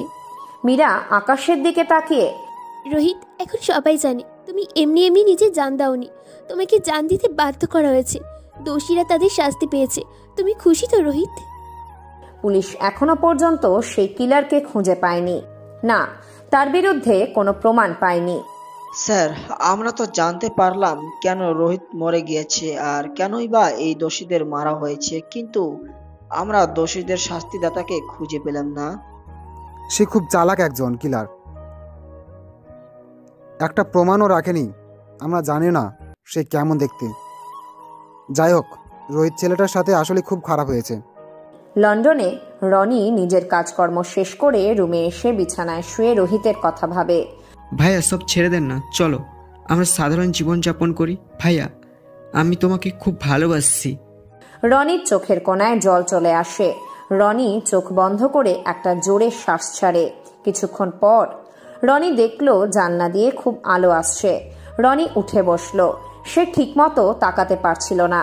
সেই আলোর ভিতর থেকে রোহিত বের হয়ে আসে এবং রনির দিকে তাকিয়ে হেসে বলে, থ্যাংক ইউ ভাইয়া। রনি রোহিতকে দেখে খুশিও হয় এবং কান্নায় ভেঙেও পড়ে। ভাই আমার কাছে হাই ভাই। 2 হাত বাড়িয়ে বলল। রোহিত রনির দিকে তাকিয়ে শুধু হেসেই যাচ্ছিল। রনি বিছানা থেকে উঠে আস্তে আস্তে এগিয়ে যেতে যেতে বলল, আয় ভাই, আমার কাছে আয়। বলে রোহিতকে ধরতে গেলে রোহিত হাওয়ায় মিশে যায়। রনি রোহিত বলে চিৎকার দিয়ে কান্না করতে থাকে। এমন সময় মোবাইলের অ্যালার্ম বেজে ওঠে। রনি চমকে উঠে চোখ খুলে দেখে সকালের মিষ্টি আলো তার রুমের জানলা দিয়ে উঁকি দিচ্ছে।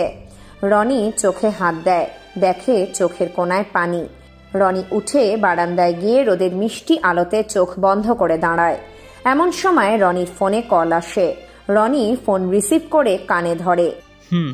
লোকটা কোথায় যাচ্ছে? পিছু নাও, আমি আসছি বলে ফোন কেটে দিল এবং ড্রাইভারকে ফোন দিয়ে গাড়ি তৈরি রাখতে বলল।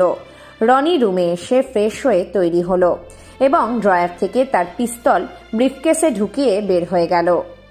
আমরা সবাই জানি মেয়েদের রেপ হয়, ছেলেদেরও রেপ হয়। হাস্যকর মনে হচ্ছে, তাই না?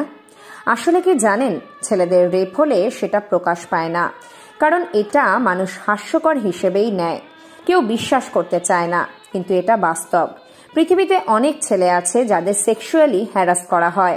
অনেক ছেলেই আবার রেপ হয়, কিন্তু তারা বলে না, নিজের ভিতর রাখে এবং একটু একটু করে গুমড়ে গুমড়ে মরে। অনেকেই সহ্য করতে পারে না, তখন তারা আত্মহত্যা করতে বাধ্য হয়। আর যারা বলে দেয় তাদেরকে হাসির পাত্র বানিয়ে দেওয়া হয়। কারণ মানুষ ভাবে একটা ছেলের যদি মর্জি না থাকে তাহলে কখনোই এমন কিছুই সম্ভব না। এটা ঠিক, তবে পুরোপুরি না বলে আমি মনে করি একটা ছেলের মর্জি না থাকলেও তাকে সেভাবেই রাজি করানো হয়। শুনতে আজব লাগলেও এটাই সত্যি। যাই হোক, প্রিয় পাঠক পাঠিকারা, আপনাদের গল্প কেমন লাগলো তা অবশ্যই আপনাদের মতামতের মাধ্যমে জানাবেন।